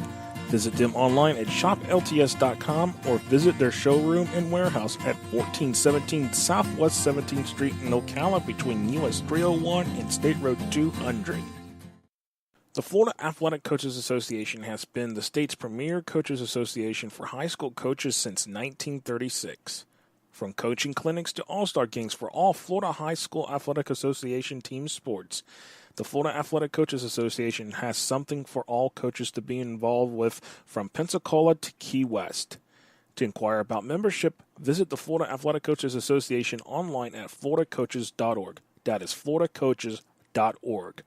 High school sports fans, follow your team live with the free ScoreStream mobile app. Just download ScoreStream to get real-time scores, photos, and awesome video from your game and your rivals. Plus, follow your favorite teams and friends. Get real-time high school sports from ScoreStream. FloridaHSFootball.com is a proud media partner of the Florida High School 7v7 Association. The goal of the Florida High School 7v7 Association is to provide high school football teams around the state an association that complies with Florida High School Athletic Association bylaws and policies while being able to provide off-season training for their skilled position athletes. For teams interested in membership starting in January 2018, visit the Florida High School 7v7 Association online at fh7v7a.com. High school sports fans, follow your team live with the free ScoreStream mobile app. Just download ScoreStream to get real-time scores, photos, and awesome video from your game and your rivals. Plus, follow your favorite teams and friends. Get real-time high school sports from ScoreStream. All right, welcome back here to the FloridaHSFootball.com Friday Night Scoreboard right here on FloridaHSFootball.com. As we come to you live each and every Friday night during the season from 10 until midnight or a little past that. So, yep.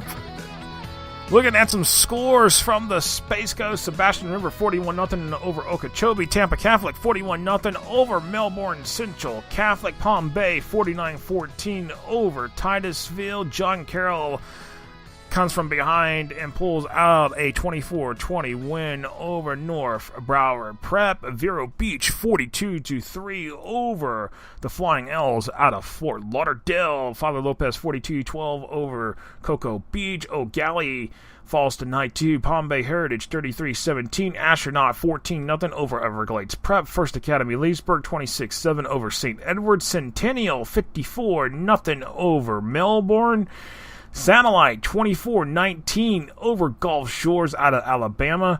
Fiera 27-24 over Merritt Island. Fiera picks up their first win to move to 1-3 on the season. Jensen Beach 16-14 over Bayside. Rockledge 35-0 over Space Coast. And those is a look at the scores from the Space Coast and Treasure Coast region in the state. And joining me now from WNZFM, but now down in Flagler County, Michael Lucio. Michael was at the St. Augustine Flagler Palm Coast game tonight, as that game was heard on 94.9 and 1550 AM down there in Flagler County. And Michael, I tell you what, I don't think Flagler Palm Coast with Travis Rowland, they had a bad taste in their mouth last week after falling to Seminole the way they did, and this week they gave St. Augustine the business. And I believe I saw that as for the first time since 1995 that is a win for Flagler Palm Coast over St. Augustine. That's a huge win. A big win for Travis Rowland. This isn't your older brothers or my younger brother's St. Augustine High School team. This is more like the St. Augustine High teams that were there when I was a freshman, before Coach Wiles got there. They're in a rebuilding year. You know, they have some talented kids that are just not ready to play varsity football, so they'll be all right. But this is a bump in the road for them, and FPC took advantage of that. It was 33-8 at halftime, and Coach Rowland pulled all his starters for the second half of the game. So it was a 47-14 final, but it could have been so much worse than that. Yeah, I mean that's definitely the thing. I was thinking, oh great, here we go. I keep seeing the score coming from you, and I'm just like, okay, well, are they headed for 60 here? Because that's the way it felt like for a few minutes, is that they were going to head for that. Well, it was 23-0 in a hurry, and then St. Augustine, who's down to their fourth quarterback, didn't attempt to pass the entire night. In fact, they went single wing the entire night, and they put up about a 6-minute drive in the second quarter, got us to 23-8, forced a 3-and-out on FPC, and as one of their wingbacks, Jaden McDowell, was breaking what looked like it was going to be a long run, the ball popped out, and as has been the problem for the Yellow Jackets, they have a turnover at the worst possible time. And instead of driving on a tired FPC defense to make it 23, 15, or 16, all of a sudden, Ja'Cory Benjamin scoops up a 50-yard fumble return, and it was 30-8, and the route was on. Yeah, I mean that's definitely the thing right there, and I mean that's just it's just like whoa. It's like, you know, when was the last time that St. Augustine started 1-3? It's you have to go back in the history books and start digging. I do have said history book. The last time they lost 3 in a row was 1995, as you said earlier. I was a freshman. It was the year before was the last time they started 1-3 under former coach Charlie Lopez. They lost to Orlando Evans, they lost to Orange Park, and they lost to Lake Weir to start off 1-3, the one win being against Nice. And so it's been a long, long time since we've seen this from Yellow Jacket football. And it's just the standard that's been set, because there are teams who go through this, you know, once or twice a decade where they have, you know, a young team. They lose a lot of starters that, you know, St. Augustine had a lot of talented kids graduate, and, you know, they're going through it. They'll be fine as time goes on, but this year it's not going to be, the schedule doesn't get any easier for them either. No, it doesn't, and that's the big thing right there, and all of that is that it just doesn't get easier in some of this. I'll tell you, it's just the way things go, and it's changing of the guard, and looking at it, and I did see Matanzas did get a win tonight, so they're finally on the win column for the season. But it's not going to be any easier for them with the district play, considering Mainland will eventually be coming up, and New Smyrna Beach as well. And New Smyrna Beach is doing pretty well. I mean, but going back to FPC real quick on Flagler Pond Coast. It's probably going to come down between them and DeLand at this point for the district. Mandarin's going to be in the mix too, so Flagler Palm Coast does have to deal with Mandarin. That's another thing. It's that district is probably it's very top heavy this year, and Sandalwood. I mean, let's just put it that way. It's a 4-horse race in that district right now. Well, there's 5 teams in the district, and the thing I know Zach talked about Spruce Creek losing a lot. Spruce Creek returned 7 yards passing, 14 yards rushing from last year's team. So a total of 21 yards passing and rushing from last year's team came back with Spruce Creek. So they're struggling. They've got some talent on defense. The offense isn't there. They've lost Kyle Minkler, who was a talented quarterback. DeLand, they've had a tough schedule to start as well. And, they lost a close one to Mandarin. That's a big win for Mandarin to go on the road and win at DeLand. We'll see what happens. I think it's going to come down to those teams are going to cancel each other out because it's a small district. FPC still has to play everybody. Sandalwood still has to play Mandarin. DeLand still has to play FPC. I think those 2 games are basically Mandarin, Sandalwood, and FPC DeLand are basically going to be like semifinal games to get into the playoffs. It's going to be a great district run. That's gonna be huge, and that'll be great for football fans in Volusia County and Flagler County. I'm going to tell you that right now. Get ready. Get your popcorn ready. FPC. I talked about this last time we talked about it. I started to wonder if Donovan Montoya, the quarterback, if he could get better, then I thought FPC could go a long way.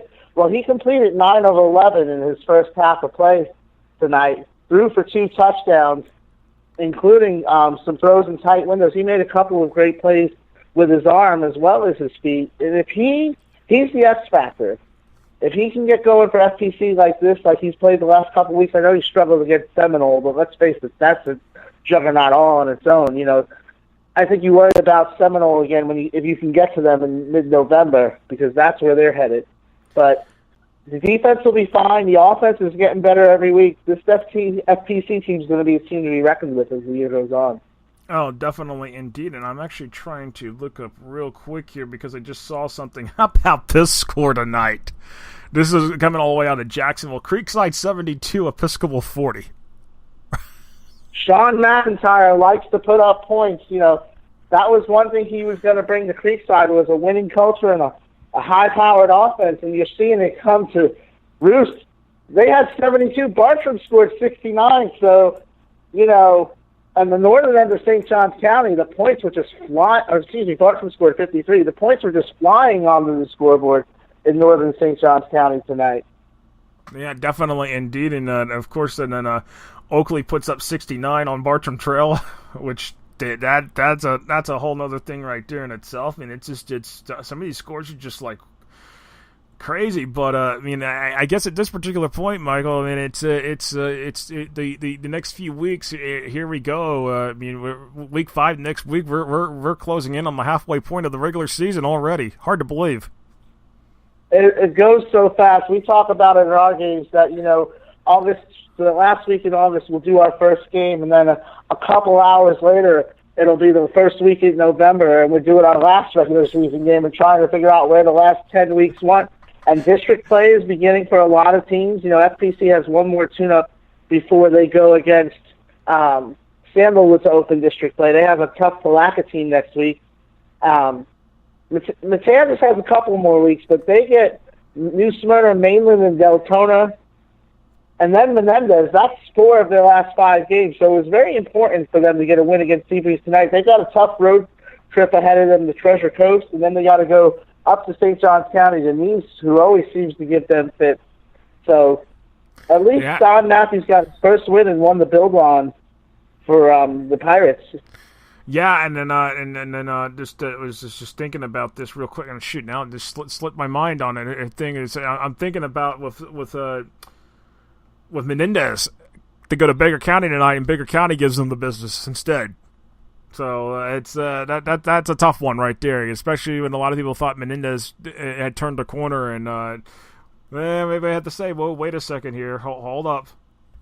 Well, that's what makes the first week of high school football season so much fun, is that it isn't really until week 5 that you start to figure out who's good, because you have a team in Baker County that lost to St. Augustine by 1, and you have a team in Menendez that beat St. Augustine by 34, and then, next thing you know, Baker County is, well, I think what happens with Baker County, they're a well-oiled machine. That team gets better as the season goes on, and I think that's what happened tonight.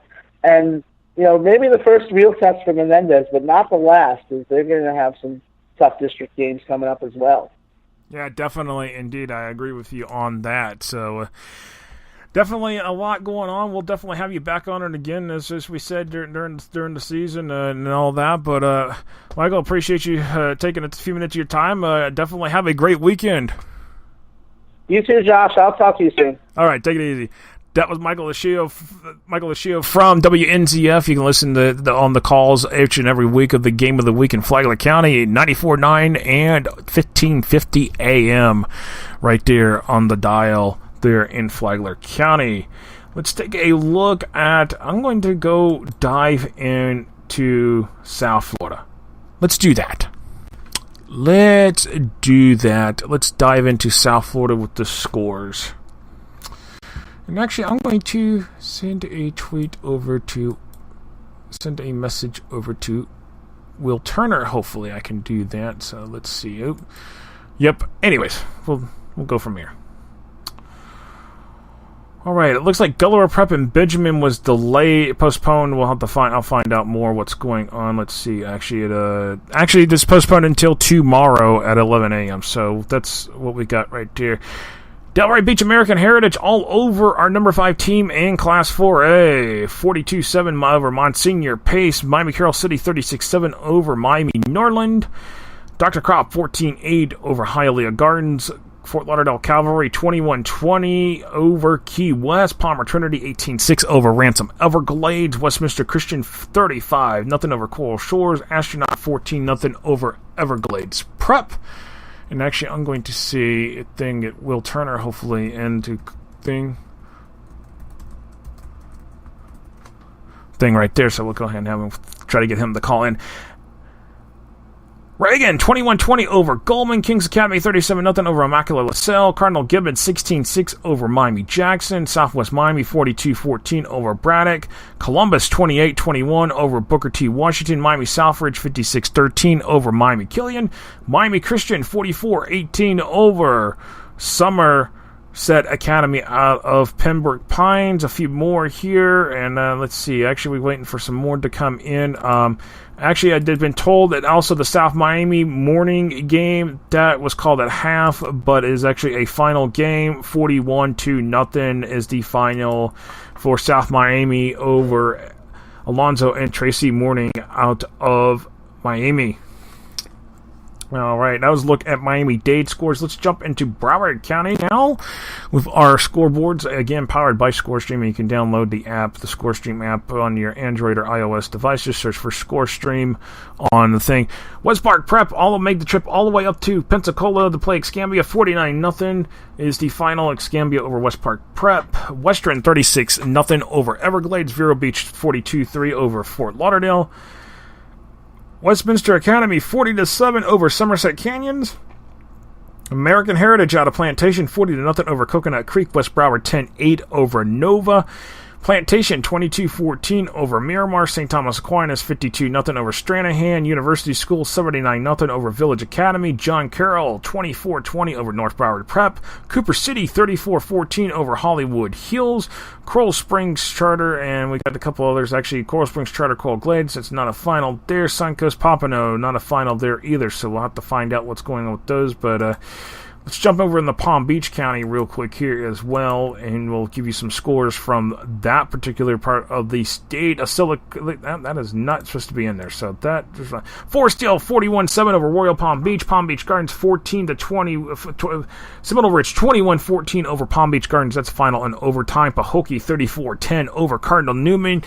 Delray Beach American Heritage 42-7 over Monsignor Pace. Westminster Academy 40-7 over Somerset Canyons. Palm Beach Central 52-10 over Wellington. Boca Raton 51-0 over Spanish River. Santa Lucia's 21-7 over John I. Leonard. Dwyer 41-13 over Palm Beach Lakes. Park Vista 45-6 over Lake Worth.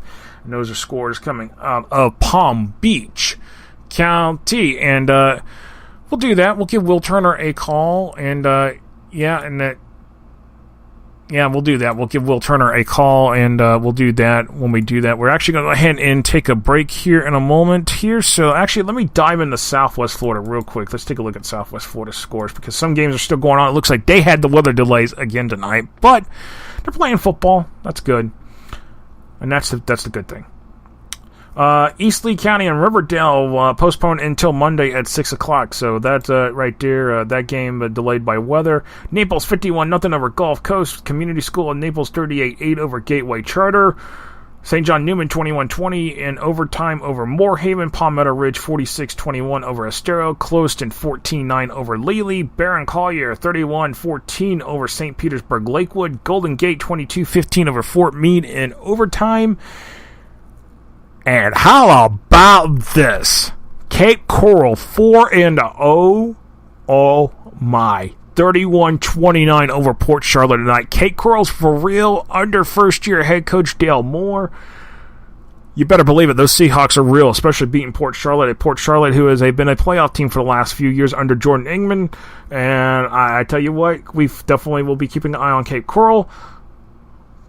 A lot better now.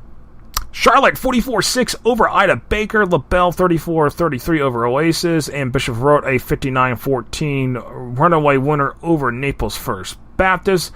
Looks like some other games going on. North Fort Myers Island Coast, Cypress Lake Mariner, and Fort Myers South Fort Myers are all going on. Evangelical Christian, Southwest Florida Christian delayed. Not sure what's going on there. We'll have to find out what's going on with that game, but that's what we got from the Southwest Florida region here on the FloridaHSFootball.com Friday Night Scoreboard. So we'll take a break here, and we'll be right back right after this here on FloridaHSFootball.com.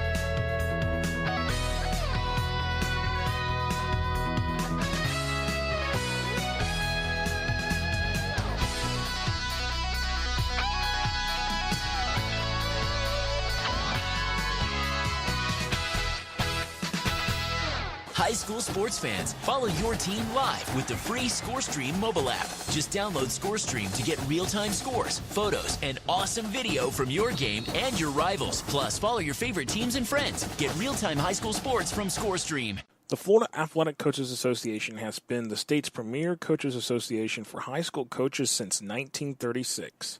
From coaching clinics to all-star games for all Florida High School Athletic Association team sports, the Florida Athletic Coaches Association has something for all coaches to be involved with, from Pensacola to Key West.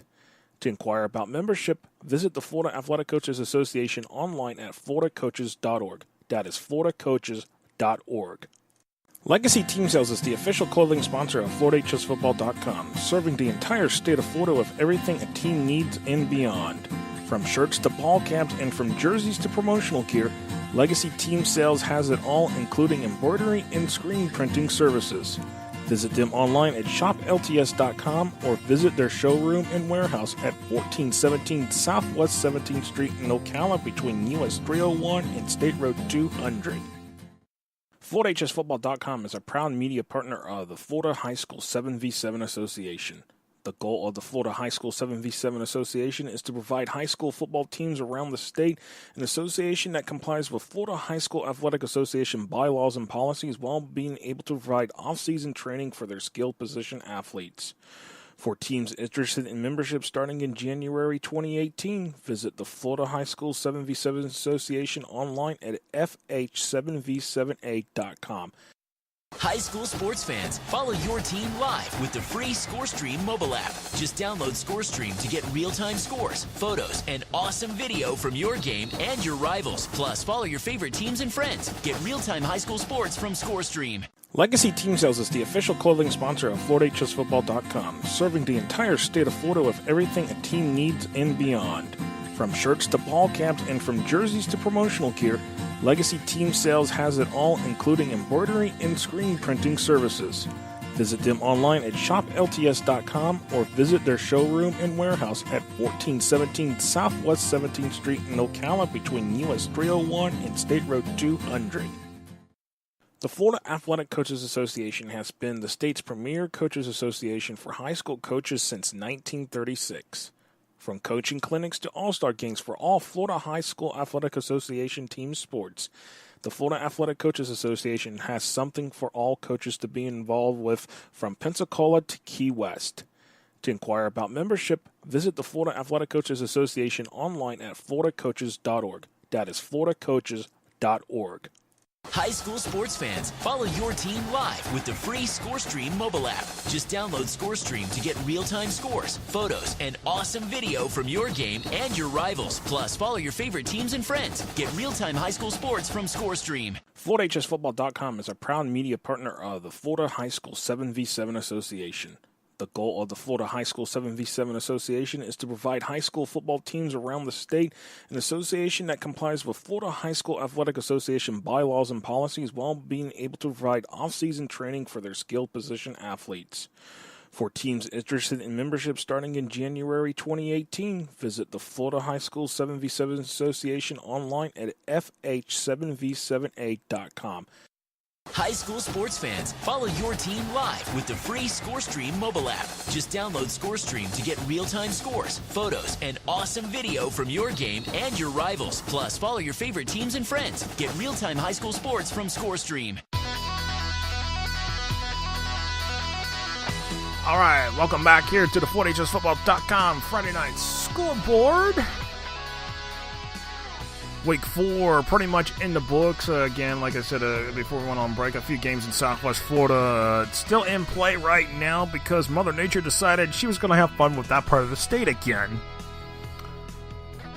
A couple games delayed until either tomorrow or Monday, so that's the situation, but at least it's only a few games and not a million games or something like that. But anyways, getting ready to join me now from the Miami Herald is the Honorable Bill Daly. The Honorable, can I say that, Bill? Yeah, I don't have a gavel in my hand, and I'm not finding anybody guilty or not guilty, but I'll settle for honorable. All right. Well, Bill was at the game between Columbus and Booker T. Washington, and man, yeah, that's the thing we were talking right before we came back on. That's a game that you're in the media, they'll pay you to go see, right? Well, I tell you what, Judge, I don't know. Again, I haven't paid to get into a high school football game in 30 years, so I don't know how much it costs. Maybe $5, $6, $7. Whatever they paid at Curtis Park tonight, they got double their money's worth for that one. And that was it's what a great high school football game is all about. Two really, really good football teams. No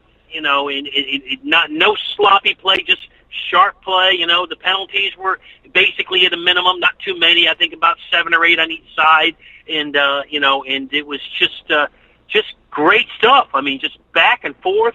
And I got so much respect for Booker T. I mean, what the schedule they play is just so ridiculous. And they're coming off games against Central and Southridge and Columbus, and next week they play Northwestern, and then they're playing Chaminade Madonna after that. Talking to Tim Harris before the game, he just sort of chuckled at me, like what's next. But anyway, great stuff. I mean, really good stuff. It came right down to the very last play of the game. The irony is that Booker T had a 4th and goal at the 10, just like they did 4th and goal at the 10 last week against Southridge, when Torrey Morrison found Ja'Cory Brooks in the corner of the end zone to beat Southridge in double overtime. And it's funny, I'm standing there, it's 4th and goal at the 10 with 10 seconds left in the game, and I said, and he'd already caught, Ja'Cory Brooks had already caught 17 passes for 175 yards tonight. That's one of my pinball stats I'm about to give you.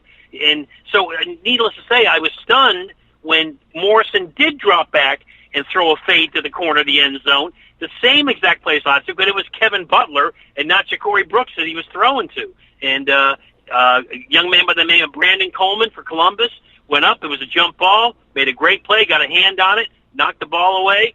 Columbus wins 28-21. Great stuff, an incredible game. You know, like I said, Brooks had 17 catches. I don't know if I've ever caught a high school game where a kid caught 17 balls in one game. And Torrey Morrison, you need a calculator for Torrey Morrison. 32 of 42 for 318 yards. I mean, he must be icing his arm down right now. I mean, that's just unbelievable stuff, and just a great game. And you know, it was talking to Chris Merritt after the game.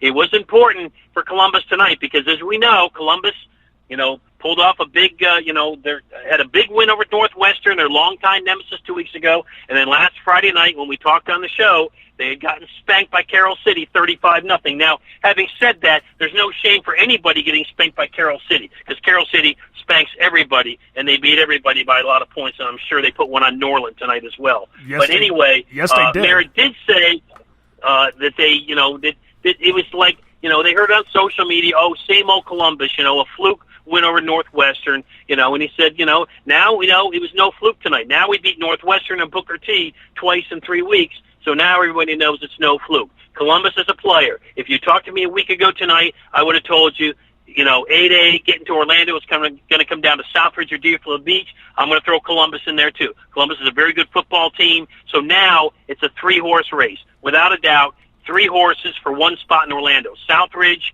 Columbus, and Deerfield Beach to get to Orlando in 8A.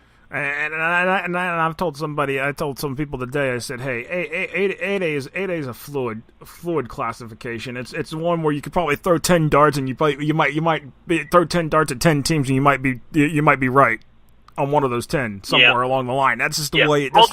Although, having said that, I haven't seen Delray. Delray Atlantic is also very good again. So, you know, I can't dismiss them. You know, they're up in Palm Beach County, but you know, they got, you know, a bunch of their kids back that, you know, that went to the title game last year. So, you know, I'm sure they might have a say in the matter as well. But you know, I just think as far as Dade and Broward is concerned, those are your 3 teams. So.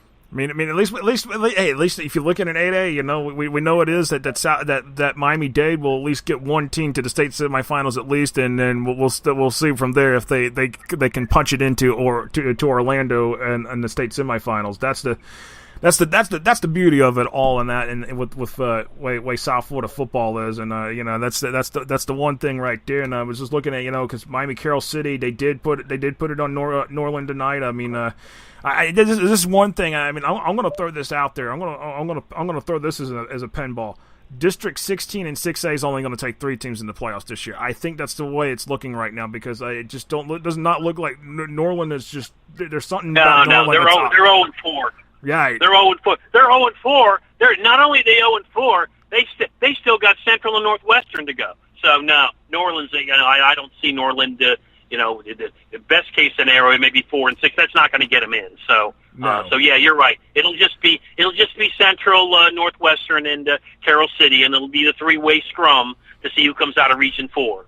Yeah, I definitely will agree with you on that one right there on the scrum because and hopefully they don't draw each other in the first round either. That'll be interesting to see how it all falls. Correct. I mean, you know, with the point system and everything. So, but this is a great case, Josh, for the state going to this point system. Under the old system, under just district champion, district runner up, one of those 3 teams would have been left out, which would have been, you know, a travesty, you know, that this is what's been happening for years with these 3 and even Norland, you know, not only room for 2 teams, and now you don't have that scenario anymore. So that's a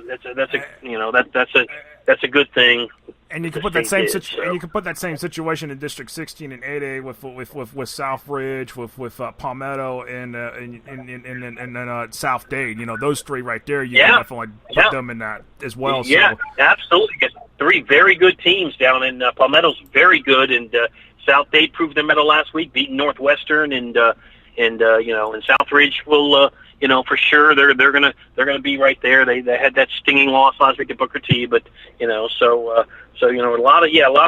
lot of good football, down here in Dade County. That's for sure. I feel very lucky a night like this that I get to cover Dade and Broward County. So no disrespect to all the other counties in the state, but we got some pretty darn down here, that's for sure. So. Yeah, y'all got some different. Hey, it's solid football. Even and just in the NFL put out the other day, St. Thomas Aquinas still leads the way 8 seasons later with having the most players on an opening day roster in NFL. So that speaks to volumes of. There you go. That speaks to volumes of South Florida football. Speaking of St. Thomas Aquinas, fasten your seatbelts, everybody. Miami Central and St. Thomas Aquinas next Friday night. Next Friday. Be there, be squared. Next Friday night, and I believe after that, I think they get Deerfield Beach. I think in the process in a couple of weeks as well. So here we go. Here we get to see the test of who's. I will be there early with bells on the St. Thomas next Friday night. I'm really looking forward to this game. This is you get great games, and this has got the earmarks for a great game, next Friday night. I'll just say it now. Absolutely. I'll say it now. Game of the week in the state, right there. That's it, hands down. There's no other question. If someone tries to question me, they're gonna have to look at me weird. It's just too bad Central had that heartbreaking loss, a 5 overtime loss to St. John's. It would have been really exciting if they were undefeated and still ranked in the top 10 nationally. Unfortunately, they dropped back a little bit, because they lost that 5 overtime game up in D.C. last week. So, but I could care less, man. Central and St. Thomas, as far as I'm concerned, those are 2 of the top 10 teams in the country. So, and they're playing next Friday night. So definitely, indeed. Well, Bill, appreciate you taking a few minutes of your time. I know you're a busy man. Definitely have a great weekend, and I'm gonna have to hit you back next week for that game for update on that game. Yeah, probably so, Josh. Just can't get rid of me, Josh. Can't get rid of me, buddy. Hey, very good. All right, Josh. We'll catch up to you, man. All right, have a good one. All right. That was Bill Daly from the Miami Herald joining us here on the Friday Night Scoreboard, and we're going to take a break, and then I'll get Will Turner on, and we'll actually go through the South Suncoast, Pinellas, and Hillsborough County scores with Will when we come back here on the Friday Night Scoreboard here on FloridaJustFootball.com. We'll be right back right after this.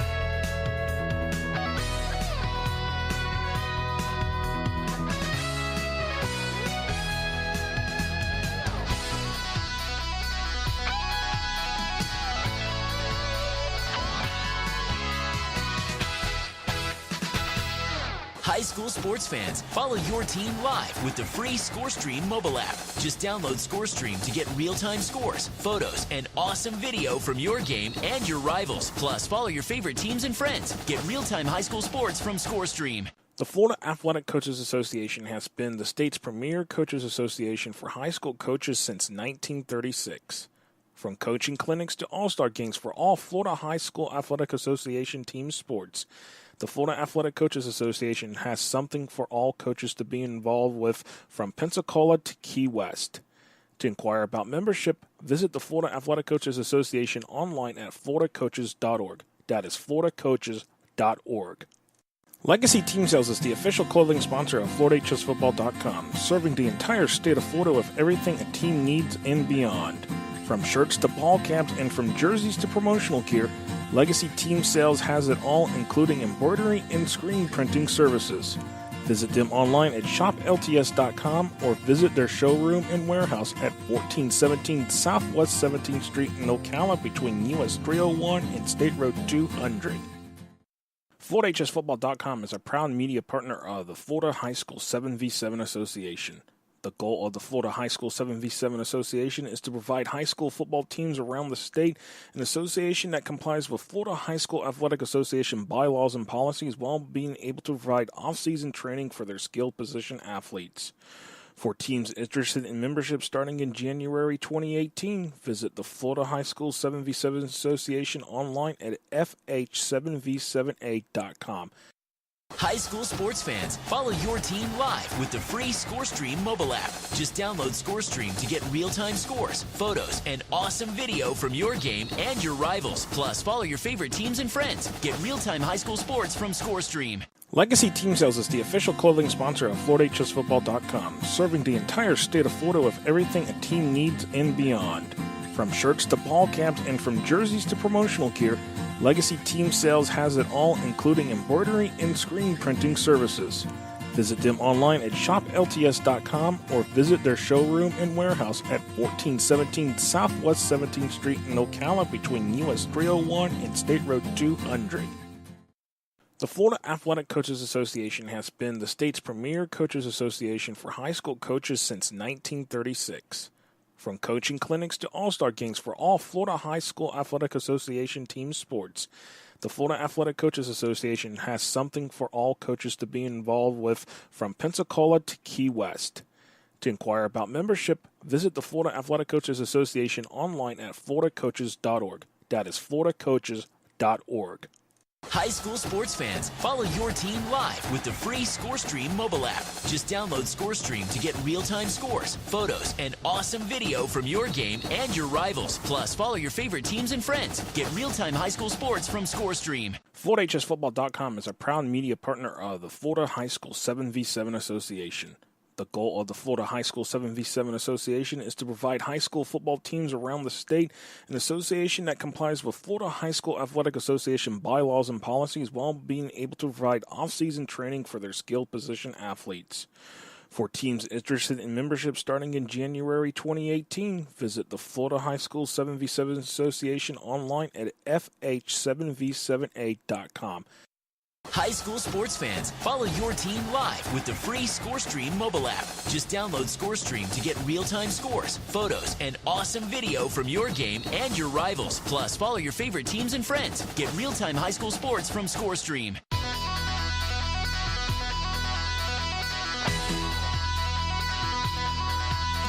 All right, welcome back here to the Friday Night Scoreboard here on FloridaHSFootball.com. Josh Wilson here with you. You can download the ScoreStream app to help us with scores each and every Friday night during the season. You can just download the ScoreStream app on your app store from Apple or Android. And just help us score the scores. Score the games, I should say. Not score the scores, because how could you score the scores? And I'm sure our resident Tampa Bay area guru is probably laughing at me right now, Will Turner.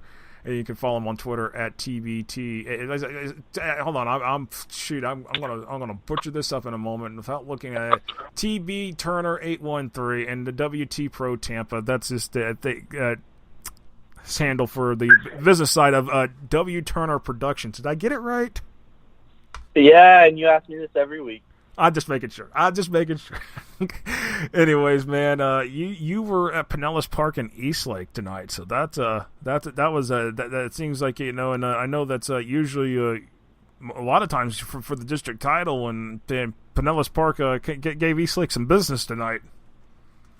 Yeah, first time in school history, Pinellas Park beats Eastlake. First time that head coach Kenneth Crawford has had a player of his return a kickoff for a touchdown. First time the Patriots wore red on red. A lot of firsts in Pinellas Park today in the heart of Pinellas County. The Pats basically they rattled off 31 points in the second quarter. which obviously when you score 31 points in the second quarter of any game, you're probably going to win. So 31 points in the second quarter for them. They looked really good defensively. They're flying all over the place. They just looked good from top to bottom. And it's a big win for Pinellas Park simply because, like you already said, that district usually comes down to those two teams, and maybe St. Pete kind of gets mixed in towards the end. But that's a big win, especially going forward. Both Eastlake and Pinellas Park have a bye week, so for Pinellas Park, it's a big win because they can kind of go into this bye week with an extra week of preparation and reflection upon what they just did. And they're going to go play St. Pete in week 6, which is going to be a big one. But a lot of good things done for Pinellas Park tonight. It was my first time seeing Pinellas Park. Lawrence Toafili, who I probably butchered his last name. I think that's his last name. You are not the only one. So that's just you can take the pass right now on that and be fine. Yeah, Power 5 target. Power 5 target who consistently fills up the stat sheet literally week in and week out. This kid is the real deal in Pinellas County. He coming in, he was averaging about 140 yards a game. If you include the kickoff classic, he was probably averaging closer to 200 yards a game. The dude's good, really good at running back.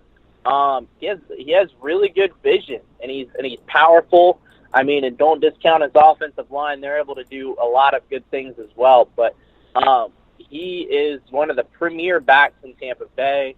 I was really excited and happy to see him perform live. He returned a 97-yard kickoff return for a touchdown, which was what I mentioned earlier about it was Crawford's first KOR for TD from any of his players. And, I mean, fittingly, it was Toafili to go ahead and do that. But, yeah, he's electric, man, and he does a lot of great things with the football in his hands. And there's a lot of other good players for Pinellas Park that looked really strong, too.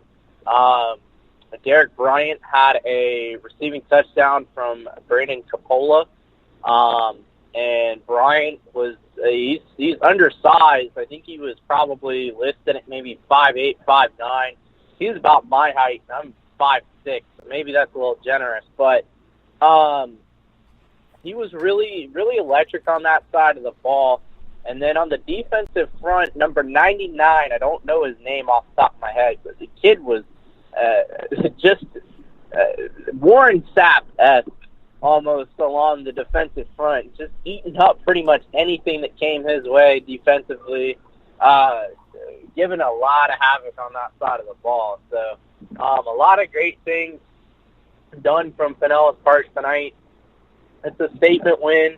I think, you know, aside from Clearwater Central Catholic, that Pinellas Park is probably the best team in Pinellas County right now.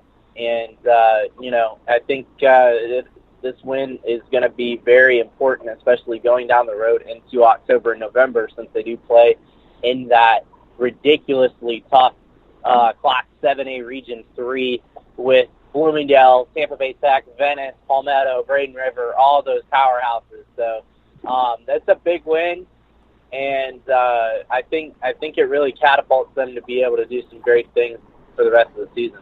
Yeah, definitely, indeed. And before I actually go through some of the Bay Area scores, I do need to head over to the Panhandle real quick. So let me go ahead and get the Panhandle scores out of the way. Then we can deal with Tampa Bay. Bluntstown 35-19 over Northview. Wakulla 38-7 over Fort Walton Beach. Pine Forest 27-15 over Gulf Breeze. Graceville 42-21 over Holmes County. FAMU 32-8 over North Bay Haven. Vernon 54-0 over Chipley. Pace over Pensacola, Washington, 58-33. Cottondale, 38-0 over Lighthouse PCA. Milton Falls to Pensacola Catholic tonight, 17-13. Navarre, 53-7 over Choctaw. That makes it 4 straight over Choctaw for Navarre now. Jay, 30-22 over Weewa Hitchika. Escambia, 49-0 over West Park Prep. South Walton 31-25 over Mariana. Baker 36-14 over Rutherford. Arnold 37-21 over Bay. Niceville 35-7 over Holmes Central out of Mississippi. Sneeds 27-7 over Bozeman. That's a final there. And Pensacola 21-7 over Tate. That is a final there. So that's a look at the Panhandle scores. So, Will, I'm going to go into the South Suncoast, which is just the south part of the Bay Area pretty much, and got a bunch of finals there, and looking at the scores there, Hardy 49-0 over Booker, Southeast 24-7 over Bayshore, Orlando Christian Prep 34-28 over IMG Academy White, Charlotte bounces back this week after getting drugged by Venice last week, 44-6, but Venice 65-0 over Lakewood Ranch, and I'm not surprised there. Yeah, that's expected. I haven't, shame on me, but I haven't really paid attention to a whole lot of Manatee and Sarasota County stuff, but I know Venice beat Charlotte, and 65-0 over Lakewood Ranch. That's to be expected, and probably good for them that they finally have Peacock back between the headphones. Yeah, definitely. I definitely agree on that one right there. And Palmetto takes Braden River to the wire, but Braden River comes out 31-28. And not having Knowledge McDaniel on the sideline for these district games, Palmetto definitely made it a close one, a battle right there on that. Sarasota comes from behind and pulls out a win on Northport 32-26. Manatee runs all over Newsom, 42-7. Sarasota Riverview, 14-7 over Steinbrenner. St. Stephen's, 42-7 over Shorecrest Prep. Out of door, 40-24 over Bradenton Christian. Cape Coral, as I mentioned earlier, now 4-0 after beating Port Charlotte, 31-29. So that's a huge win right there. And DeSoto County comes back on behind on Lemon Bay and wins 24-22. So that's a look at the South Suncoast. And should I go to Pinellas County first, or should I go to Hillsborough County? Jeez, you're putting me on the spot here. Let's go Hillsborough. Why not? All right, we'll continue up the trek up 93A, otherwise known as I-75. We'll go that way instead right now. But anyways, looking at the scores that we've got here, Gaither 7-3 winner over Tampa Freedom.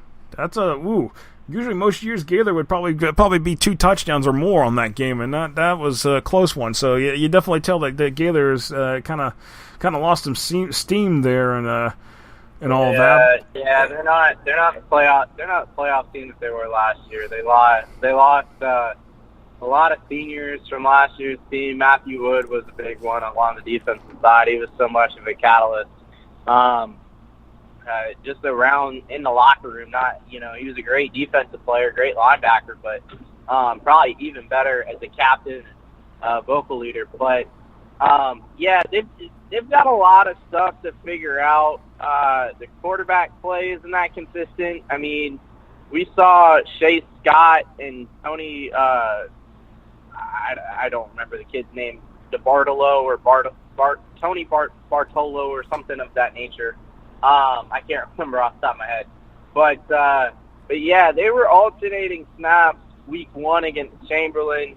And then, as far as I know, I hear there was a third guy inserted, possibly.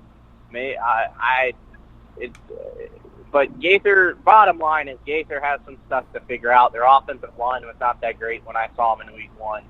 So, definitely not the playoff team that they were last year. I think, they've fallen from maybe the third best team in 7A, 8 to probably about the 5th or 6th best team. Wiregrass, Ranch, and Sickles, I think. Wiregrass, Ranch, and Sickles, I think, are definitely a little bit better this year. Yeah, I will agree with you on that. Hillsborough 44-0 over Blake. I think Jesuit was behind a little bit on Jefferson, but they pull out a 23-20 district victory over the Dragons, so that's a huge win right there for the Tigers. Tampa Catholic goes over the Melbourne Central Catholic and runs all over the Hustlers 41-0. King. Really? Yeah. Really? Tampa Catholic just run all over Melbourne Central Catholic, but this next score might shock you. King Yeah. Wins a game. Is FNC not as good as prior years? Nope. They have lost a lot, but, I mean, between Tampa Catholic running over, and I'm looking at the next score here, King beat Brandon tonight, 17-14. High school football is a funny sport. That's all I'm gonna say. It's a funny sport in this state, especially here with that. Yeah, I mean, I have to agree with you. Plant City 56-28 over Leonard. Tampa Bay Tech 46-10 over Strawberry Crest. Manatee 42-7 over Newsom. Sefton Christian 34-7 over Carrollwood Day, which tells me right there. The AP voters, you got it wrong again, but yes, I got my number 5 team wrong in my rankings this week in 2A as well, so we can both say, hey, we're wrong. End of story on the number 5 team. I mean, if you're looking at Carrollwood Day, they're not bad at all by any means. I mean, but Sefton Christian, obviously, Isaiah Knowles was balling when I checked earlier, but yeah, Sefton Christian's a good ball club. Carrollwood Day is a good ball club. Carrollwood Day, you got to give them credit. They're in so much of a better spot this year, starting out undefeated through the first 3 weeks, than where they were last year at this time and where they finished last year. But I think they only won, 2 games? I mean, you got to consider and give credit where it's due. I'll give them credit. I'll give them credit, and that's not an issue. That's never an issue. Not giving them credit. It's just at the end of the day, it's called who have you played and what have you done to play on those games. So that's the biggest thing on that right there. But Berkeley Prep takes care of business at home against Lakeland Christian 28-7. Durant 10-7 over East Bay in overtime. Robinson, I know there was a back-and-forth game with Spotto tonight, 28-24 over Spotto. Sickles, 13-12 over Wiregrass. Yeah, that was an overtime game, I think. It might have been. It doesn't say on the thing, but I'll have to double-check and see if that was an overtime game and see what the thing, because I know that game was pretty close. And Wiregrass has been in some close games already this season, so it's just at some point they're never going to get caught. That Sickles Wiregrass game always turns out to be a better one than people think it is. I mean, a couple of years ago, I think it might have even been last year, that it was like 30-29 Wiregrass Ranch over Sickles in like a last-second play, same kind of deal. But yeah, Wiregrass Ranch and Sickles, they're always like the 2 teams in 7A8 that are just kind of sitting there behind Plant, and you don't know what to expect out of either of them until they start playing games. But Wiregrass Ranch, I will give them this. They have played some pretty good ball over the last couple of years. Mark Canner does a fantastic job with that program. And they're going to bounce back. They're going to need some help, obviously, from a couple of the other teams in order to maybe grab that second spot in the district. But again, if you look at the strength of schedule, Wiregrass Ranch has played Zephyr Hills. Sickles has played, Tampa Bay Tech's probably their strongest team that they've played. So, and both of those teams can end up being a Cat 1, Cat 2. But at the end of the season, it really could be, that Pasco County schedule that Wiregrass Ranch plays at the front half of their season that really sets them apart and puts them in that second spot. But they're going to need some help from a Gaither, from a Gaither, from a Laso possibly. They're going to need some help down the road from a Freedom, that might help them, might upset Sickles in that case and help them out. But, that's and of course Wiregrass could really just help themselves by beating Plant at the end of the year. But, who counts Robert Wiener out in district games? I don't. But you can never count Bob Wiener out of district games. No way. Nope, not at all. He hasn't lost one yet. Nope. So, in like the last decade and a half. So, can't really start counting him out this year. But, the Wiregrass does an excellent job with their program, but they're going to need some help down the stretch. Yeah, definitely, indeed. And Armwood 20-14 over Chamberlain. So, that's the final there. I don't know what to think about this Armwood team. I really don't. I feel like there's something off. Right, but beat Plant and they beat Chamberlain, and they beat the crap out of Sarasota Riverview in the Classic, but then they lose to Tampa Bay Tech week 1. Now, is it like the Michael Special Juice, Special Gatorade coming out like week 3 and beyond for these guys? Because I don't know, but I don't know what to think about this Armwood team yet.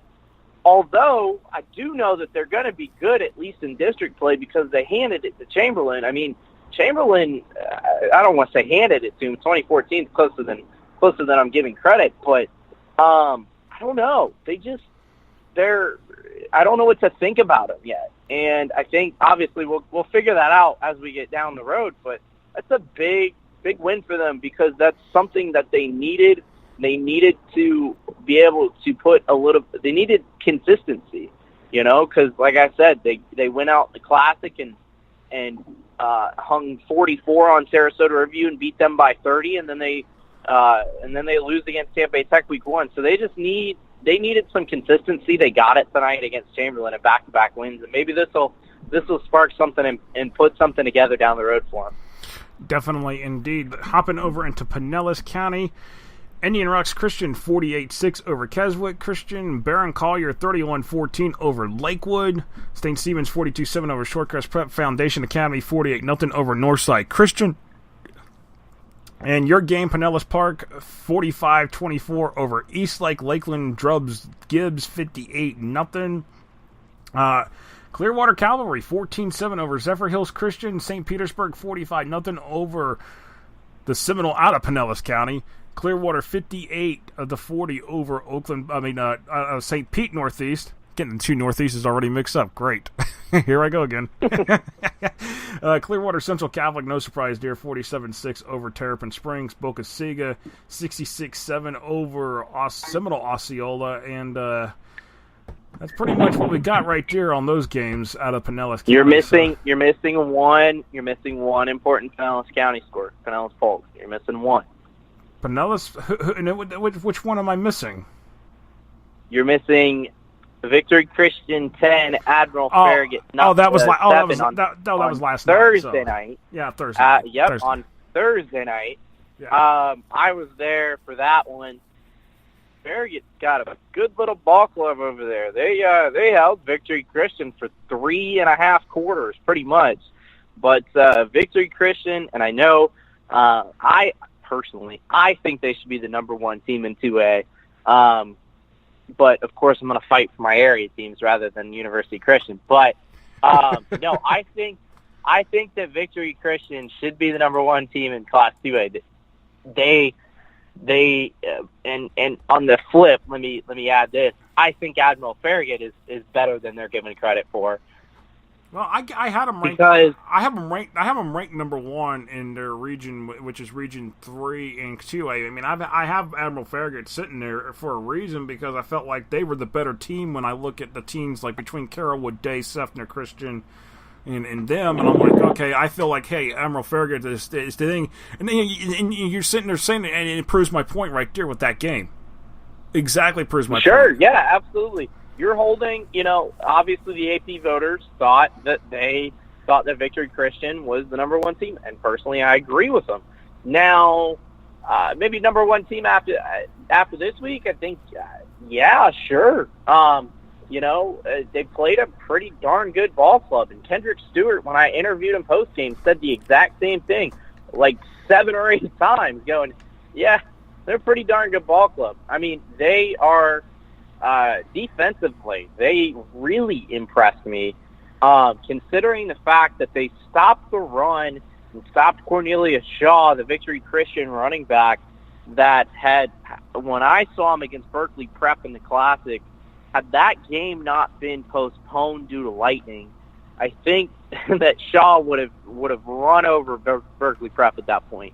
You get this kid rolling, he's only a sophomore, I want to say. Kid's only a sophomore, but he's special, and he's going to be something for VCA. But the biggest thing that they needed and what they ended up getting was 2 punishing runs from Shaw, back-to-back runs in the fourth quarter that kind of set the tone for what Victory was going to do on that drive and for the rest of the game.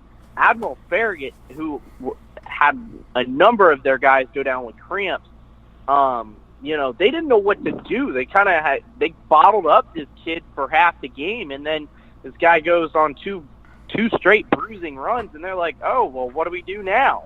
And they just didn't have an answer, and I think that's, experience. I mean, Victory Christian has been one step away from Camping World Stadium for the last 2 seasons. I mean, University Christian is the only team that has been able to stop them when they hit the playoffs. Oh yeah, definitely. And when you play to that kind of schedule, obviously, with Shaw only being a sophomore, he still got to see that experience last year in the playoffs.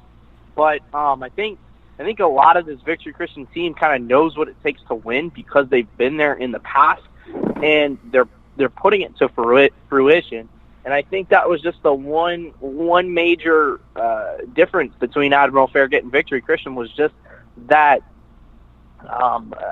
will to win when it gets tough like that.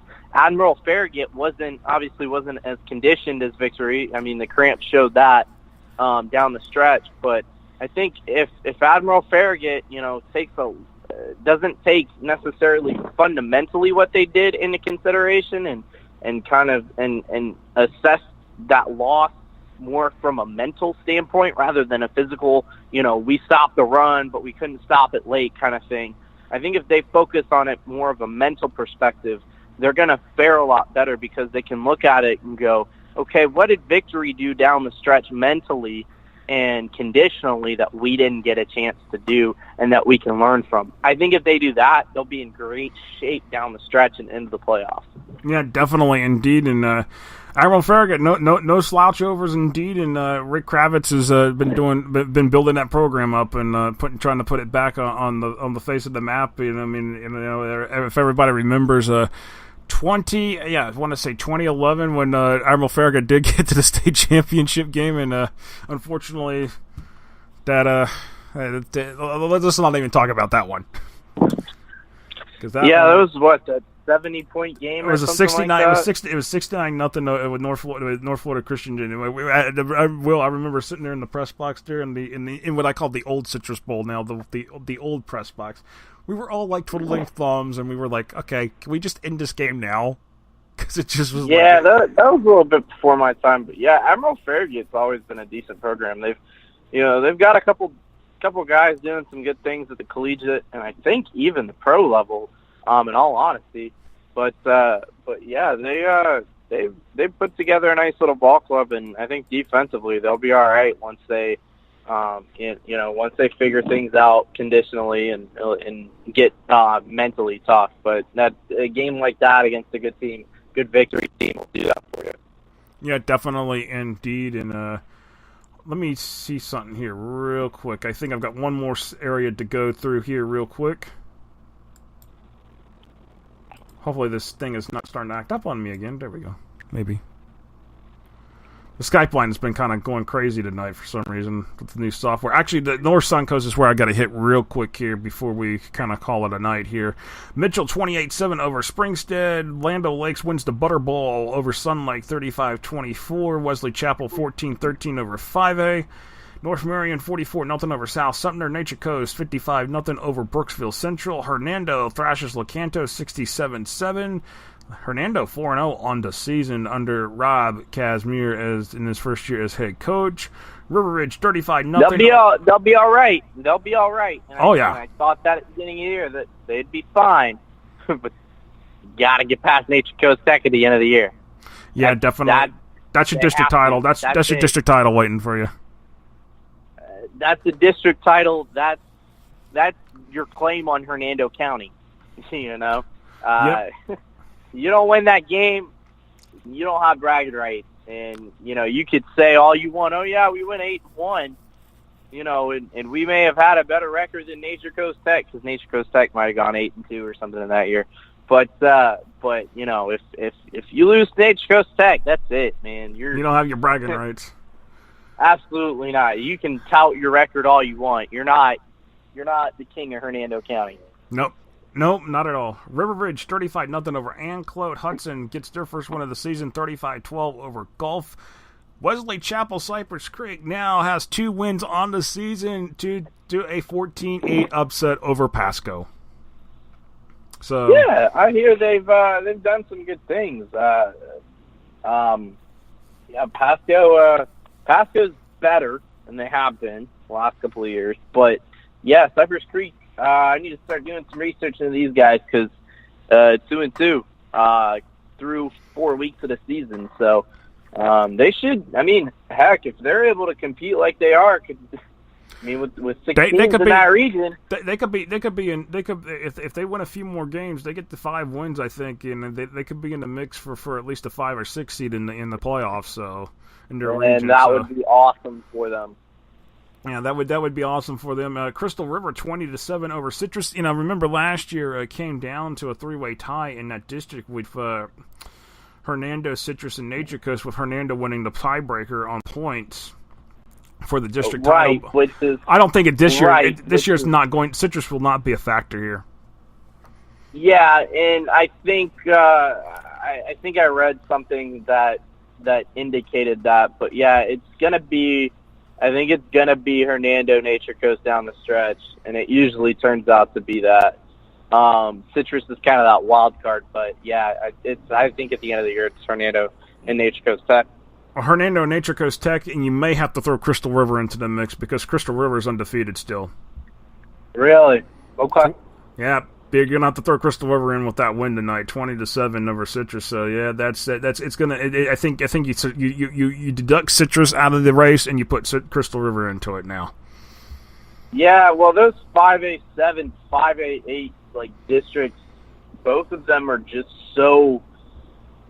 You don't know what's gonna happen because you can make a prediction at the beginning of the year and everything falls apart by week 4 because. In 5A7 and 5A8, because there's so many teams in those 2 districts, there's 8 teams in 5A and 5A8, and I want to say there's, equally that many, maybe 7 or 6, but, those 2 districts are just stocked full of talent, and every team has a right, normally, to be in the discussion at the beginning of the year. Maybe not a 5A, maybe not a golf, but, you get my point. Pretty much anywhere 1 through 5 in either of those districts, you can kind of, at the beginning of the year, put them in the hunt. Yeah, I definitely agree with you on that. Crescent City 28-26 over Wildwood, and Bishop McLaughlin a 21-15 winner over Santa Fe Catholic. So that's pretty much a bunch of all the scores we've got around the state. Of course, you can check out the scoreboards on FortHSFootball.com and get your score updates all every day, any day of the week during the season. So that's pretty much it. And then you come here on the show every Friday night and listen to us as well. So, man, we'll hey, we get that. I don't know why you did that. No, I'm kidding. What? No, yeah. I know it's I can't believe you think. Hey, we actually got to have a week. We got to have a week 4 this year, unlike last year. So hey, we can call week 4 wrapping the books officially this year. Yeah, well, North Carolina doesn't. South Carolina doesn't. Nah, I know. Actually, let me take a look and see who is playing tomorrow, because there is a couple games tomorrow that I do want to take a look at real quick here. Could pretty much put a bow tie on it. USF plays tomorrow. They're up in Illinois. I'm going to be live tweeting from the couch. All right, tomorrow we got Miami Central, Miami Edison thing tomorrow night. That actually, I think that game's going to be at Trask Palace, 7 o'clock tomorrow night. Dillard at Boyd Anderson, Blanche Ely at Deerfield Beach, Piper at Douglas, and Jupiter Christian at Berlin Christian. So 5 games, and we also had IMG Academy and St. John's College tomorrow, but that game got canceled due to Florence. Yeah, sounds about right. Yeah, that sounds about right indeed. So, in all of that, but hey, Will, I'm going to go ahead and get the show and close it out. You got any final thoughts? Nothing really. I already got our game story up on the website, so check that out, wturnerproductions.com. Trying to pump out some photo albums this week. I've been saying that for the last 2, but yeah, trying to pump out some photo albums for the next week. But yeah, so check those out. We'll get the site back up and running content-wise. We're a little behind, but hey, it is what it is. Got to come first, right? Yeah, yep. You got to, but you got to do what you got to do. But hey, Will, you stay on the line. I'm gonna go ahead and close the show out, and then little thing and all that. Let me go ahead and do that. All right. For my guest tonight, Will Turner, Bill Daly from the Miami Herald, Michael Lascito from WNZF, Marty Paulman at 1010 XL, Zach Dean, Daytona Beach News Journal, and from myself, Josh Wilson here on FortHSFootball.com. Appreciate y'all listening. It's been a great week 4. We'll move on to week 5 next week. We'll have Joe Pinko's forecast later Sunday night or Monday morning, our newest rankings early in the week, and then we'll get ready for week 5. And we'll have the 40justfootball.com radio show Wednesday night. We'll figure out who our guests are over the weekend, and then we'll be back here next Friday night, 10 until midnight, maybe dark 30.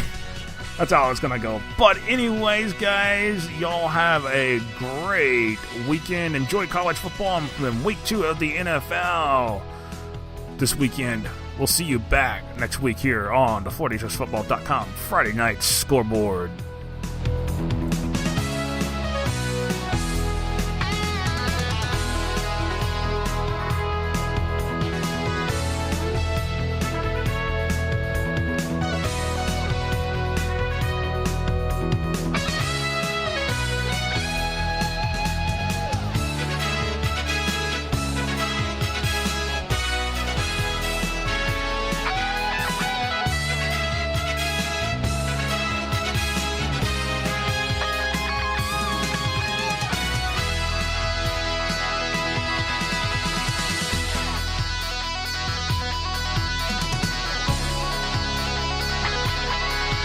This has been a production of FloridaHSFootball.com. Copyright 2018, Florida HS Football LLC. All rights reserved.